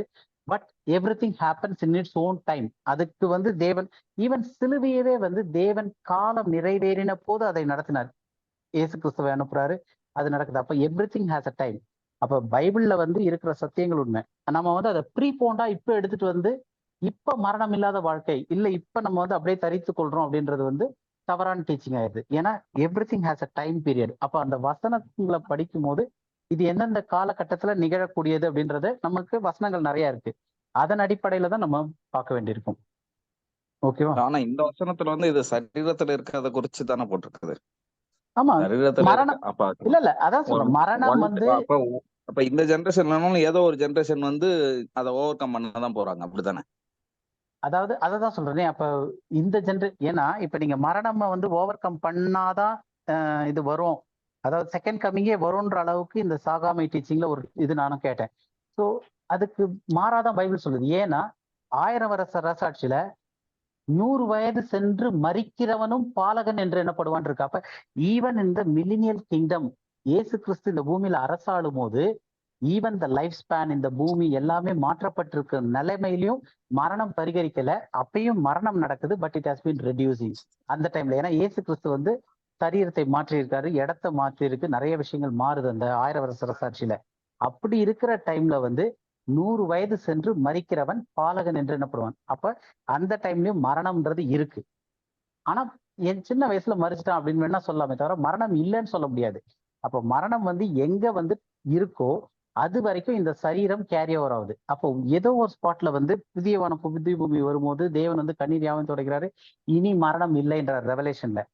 சோ அதை வந்து 1000 வருஷ அரசாட்சியில சொல்ல புதிய வானம் புதிய பூமியில சொல்றாரு. So that is the place where there is no death. அப்ப அது வரைக்கும் இருக்கிறவங்க இந்த மாம்ச சரீரத்துல இருக்கிறாங்க, இந்த மரணம் வந்து டோட்டலா பரிகரிக்கப்படலை. அப்ப இது எல்லாமே வந்து happens at the individual time நினைக்கிறேன். ஓகே, நமக்கு லேட் ஆகிட்டு இருக்கு. இது சில டைம் இதெல்லாம் வந்து நம்ம வேற கூட டைம்ல டிஸ்கஸ் பண்ணிக்கலாம்னு நினைக்கிறேன். ஏன்னா இதெல்லாம் ரொம்ப டீப்பர் டாபிக்ஸ், நம்ம இது வந்து பேசிட்டே போயிட்டே இருக்கலாம் டைம் இருக்கும் போது. பட் ஸ்டில் இது எல்லாமே வந்து அந்த கான்டெக்ட்ல ஒரு விஷயம் நம்ம புரிஞ்சுக்க வேண்டியது என்னன்னா, cross is the centre of every thing. ஆனா ஒரு நல்ல எக்ஸாம்பிள் என்னன்னா, சிலுவையில சாத்தானை வெற்றி சிறந்துட்டாரு அப்படின்னு வசனம் சொல்லும் போது yes he has done it. ஆனா அது என்னைக்கு அப்ளை ஆகுது அப்படின்னும் போது God has kept a time period. உலக தோற்றத்திற்கு முன்பதாகவே அடிக்கப்பட்ட வண்ணமா இருந்த ஆட்டுக்குட்டியானவர். அப்ப அவர் எப்ப அதை வந்து செலக்ட் பண்ணிருக்காருன்னா உலக தோற்றத்துக்கு முன்பே. அப்புறம் உலக தோற்றம் முதல் அடிக்கப்பட்ட இருக்கிறாரு அப்படின்ட்டு இருக்கு, ஆட்டுக்குட்டியானவர் அடிக்கப்பட்டிருக்காங்க. From the foundation he was slain. அப்போ அது ஒரு டியூரேஷன் ஆஃப் டைம்ல இருந்துச்சு. 2000 ஆண்டுகளுக்கு முன்னாடி ஹி வாஸ் மேனிஃபெஸ்டட், வெளியரங்கமாக்கப்பட்டார் இந்த கோலத்துல. ஸோ அந்த கிராஸ் வந்து வென் வாஸ் இட் வாஸ் மேனிஃபெஸ்டட்னா 2000 வருஷத்துக்கு முன்னாடி. அப்ப எல்லாமே வந்து பட் அந்த பிளான் எப்ப நடந்துச்சு? Even before the creation of the world. உலகமே சிருஷ்டிக்கிறதுக்கு முன்னாடி, எல்லாத்தையும் சிருஷ்டிக்கிறதுக்கு முன்னாடி தேவன் அதை தீர்மானித்திருந்தார். அப்போ ஒவ்வொன்றும் வந்து அந்த காலகட்டத்துக்கு தான் நிறைவேறிக்கிட்டே வருது. அதே மாதிரிதான் சிலுவையில வந்து பிசாசை வெற்றி சிறந்தார், முடிஞ்சிருச்சு. பட் அதனுடைய அப்ளிகேஷன் ஆர் அதனுடைய இம்ப்ளிகேஷன் எப்ப நடக்க போகுதுன்னா 1000 வருஷ அரசாட்சியில he is going to be bound. அதுக்கப்புறம் he is going to be liberated for some more time. அப்பயும் பிசாசு இருக்கான். அப்ப சிலுவையில வெற்றி சிறந்தாரே அப்படின்னா எஸ், ஆனா அவனுடைய எண்ட் ரிசல்ட் வந்து அங்க வெற்றி சேர்ந்திருக்காரு. எவ்ரி திங் இஸ், அதாவது எண்ட் ரிசல்ட் போது எல்லாமே சிலுவையின் ரத்தத்தினாலே கிறிஸ்துவுக்குள் கூட்ட சேர்க்கப்பட்டு கிறிஸ்து தேவனுக்குள் கூட்டி சேர்க்கப்படுவார்ன்றதுதான் வந்து ultimate truth of the cross. அப்ப அந்த சத்தியத்திற்கு காலகட்டங்களுக்கு ஏற்ற மாதிரி தேவன் வந்து ஒவ்வொரு காரியத்தை செஞ்சுக்கிட்டே இருக்காரு. எல்லாமே ஒரே டைம்ல நடக்க போறது இல்லை. அப்ப ஒரு ஜென்ரேஷன் வரப்போகுது, அந்த ஜென்ரேஷன் வந்து தே வில் பி டிரான்ஸ்ஃபார்ம், மறுரூபமாக்கப்படுவார்கள். ஏன் அப்படின்னா அதற்கு மேல சாவு கிடையாது. அது ஆனா இப்ப கிடையாது. 1000 வருஷ அரசாட்சியும் முடிஞ்சு புதிய வானம் புதிய பூமி வரும்போது, ஏன்னா 1000 வருஷ அரசாட்சியிலும் மரணம் இருக்கு, புதிய வானம் புதிய பூமியில தான் இனி மரணம் கிடையாது அப்படின்றாரு. ஏன் அப்படின்னா அப்ப இந்த பூமியே கிடையாது. அப்ப இந்த பூமியில இருந்து வந்த சரீரம் அந்த புதிய பூமியில இருக்க முடியாது. இந்த பூமி வேற, வரப்போற புதிய பூமி வேற. பரலோகத்துல இருந்து வரப்போறது புதிய வானம் புதிய பூமி, எல்லாமே சிருஷ்டிக்கப்பட்டு அங்க வந்து புதிய எருசலேம் வருது. அப்ப அந்த புதிய பூமியில வந்து இந்த பூமியில இருக்கக்கூடிய மண்ணில இருந்து எடுக்கப்பட்ட மனிதனை அதுல உள்ள வைக்க முடியாது. So that is the generation where they are going to be transformed in a twinkling of an eye. மறுரூபமாக்கப்பட்டு ஆவிக்குரிய சரீரமா. ஏன்னா அதுக்கப்புறம் டைம் கிடையாது. there is no more time. அங்க வானமும் பூமியுமே ஒளிந்து போயிருது, எல்லாமே புதிதாக்கப்படுது. அப்ப அந்த ஜெனரேஷன், அதான் நீங்க கேட்டது, ஏதோ ஒரு ஜெனரேஷன் மாற போறாங்கல்ல அப்படின்றது வந்து 1000 வருஷ அரசாட்சிக்கும் அப்புறம் after the great white throne judgement, புதிய வானம் புதிய பூமி வரும்போது இந்த வானமும் பூமியும் ஒழிந்து போயிரும்போது இதுல இருந்து எடுக்கப்பட்ட இந்த மாம்சம் இருக்க முடியாது. அப்ப அந்த ஜெனரேஷன்ல இருக்கிறவங்க they will be transformed in a twinkling of an eye to the new earth with the new body. ஓகேவா? ஸோ ஒவ்வொன்றும் அந்த காலகட்டத்துக்கு ஏற்ற மாதிரி நம்ம அந்த இம்ப்ளிகேஷன் நடந்துகிட்டே வருது, அது அப்ளை ஆகுறது. But every thing the centre focus is the cross. சிலுவையின் மூலமாக தான் எல்லாமே கூட்டி சேர்க்கப்படுது, எல்லாமே சாதிக்கப்படுது அப்படின்றது. ஓகே, ரொம்ப டைம் ஆயிடுச்சுன்னு நினைக்கிறேன். நான் ப்ரேயர் பண்ணவா பிரதர்? பிரதர், ஷூர் பிரதர், நீங்க ப்ரேயர் பண்ணிட்டு க்ளோஸ் பண்ணுங்க. நல்ல தகப்பனே தேவரீரப்பா, இந்த அருமையான நாளுக்காக ஸ்தோத்திரம். இந்த ஒரு பைபிள் ஸ்டடியை கூட கொடுக்க நாங்கள் அப்பா கண்டக்ட் பண்ண கொடுத்த கிருபைக்காக ஸ்தோத்திரம். ஆண்டவரே, இந்த கூடுகையை கூட தேவரீர் எக்ஸ்பேண்ட் பண்ணி வருகிறதே, அதற்காக ஸ்தோத்திரம். அருமையான சகோதரர் ஷமோத் அவர்கள் இன்று பங்கு பெற்றிருக்கின்றார், அதற்காக ஸ்தோத்திரம். ஆண்டவரே, அவர்கள் கேட்ட கேள்விகள் அப்பா எங்களுடைய வேத ஞானத்தை இன்னும் அதிகமாக அதிகரிக்கவும், அது வேதத்தை இன்னும் ஆழமாக நாங்கள் தியானிக்கவும் அப்பா எதுவாக இருக்குது, அதற்காக ஸ்தோத்திரம். அருமையான பிரதர் டேனியல் கூட இந்த பைபிள் ஸ்டடியை குறித்து ஃபேஸ்புக்லயும் மற்ற காரியங்களிலும் கூட நிறைய பேரோடு பகிர்ந்து கொண்டிருக்கின்றார். தேவரீர், நீர் யார் யாருக்கெல்லாம் உங்களுடைய சத்தியத்தை அப்பா பகிர்ந்து கொள்ள சித்தமா இருக்கின்றீர்களோ அவர்களுக்கு இந்த சத்தியம் சென்று அடைய தேவரீர் கிருபை பாராட்டும். எங்களுக்கு ஞானத்தையும் தைரியத்தையும் நிதானத்தையும் கொடும். இன்னும் ஆழமாக இந்த காரியங்களை புரிந்து கொள்ள தேவரீர் கிருபை பாராட்டும். பங்கு பெற்ற அனைவருக்காக வேண்டி கூட ஜெபிக்கின்றோம். பங்கு பெற முடியாதவர்களுக்காக வேண்டி கூட ஜெபிக்கின்றோம். தேவரீர் நீர் பொறுப்பெடுத்து இந்த கூடுகையை தடைப்படாமல் முழுமானமற்றும் தடைப்படாமல் நடத்த கிருபை பாராட்டும். எல்லா புதிய மகிமையும் தேவரீர் ஒருவருக்கே செலுத்துகிறோம். எங்கள் மீட்பரும் ரட்சகருமாகிய இயேசு கிறிஸ்துவின் இனிய நாமத்தில் இந்த ஜெபத்தை ஏறெடுக்கிறோம். நல்ல தகப்பனே, ஆமீன். என் ஆத்மாவே கர்த்தரை ஸ்தோத்திரி, என் முழு உள்ளமே நாமத்தை ஸ்தோத்திரி. என் ஆத்மாவே கர்த்தரை ஸ்தோத்திரி, கர்த்தர் செய்த சகல உபகாரங்களையும் மறவாதே. ஆமென். Praise the Lord. Thank you. Praise the Lord. Thank you. Praise the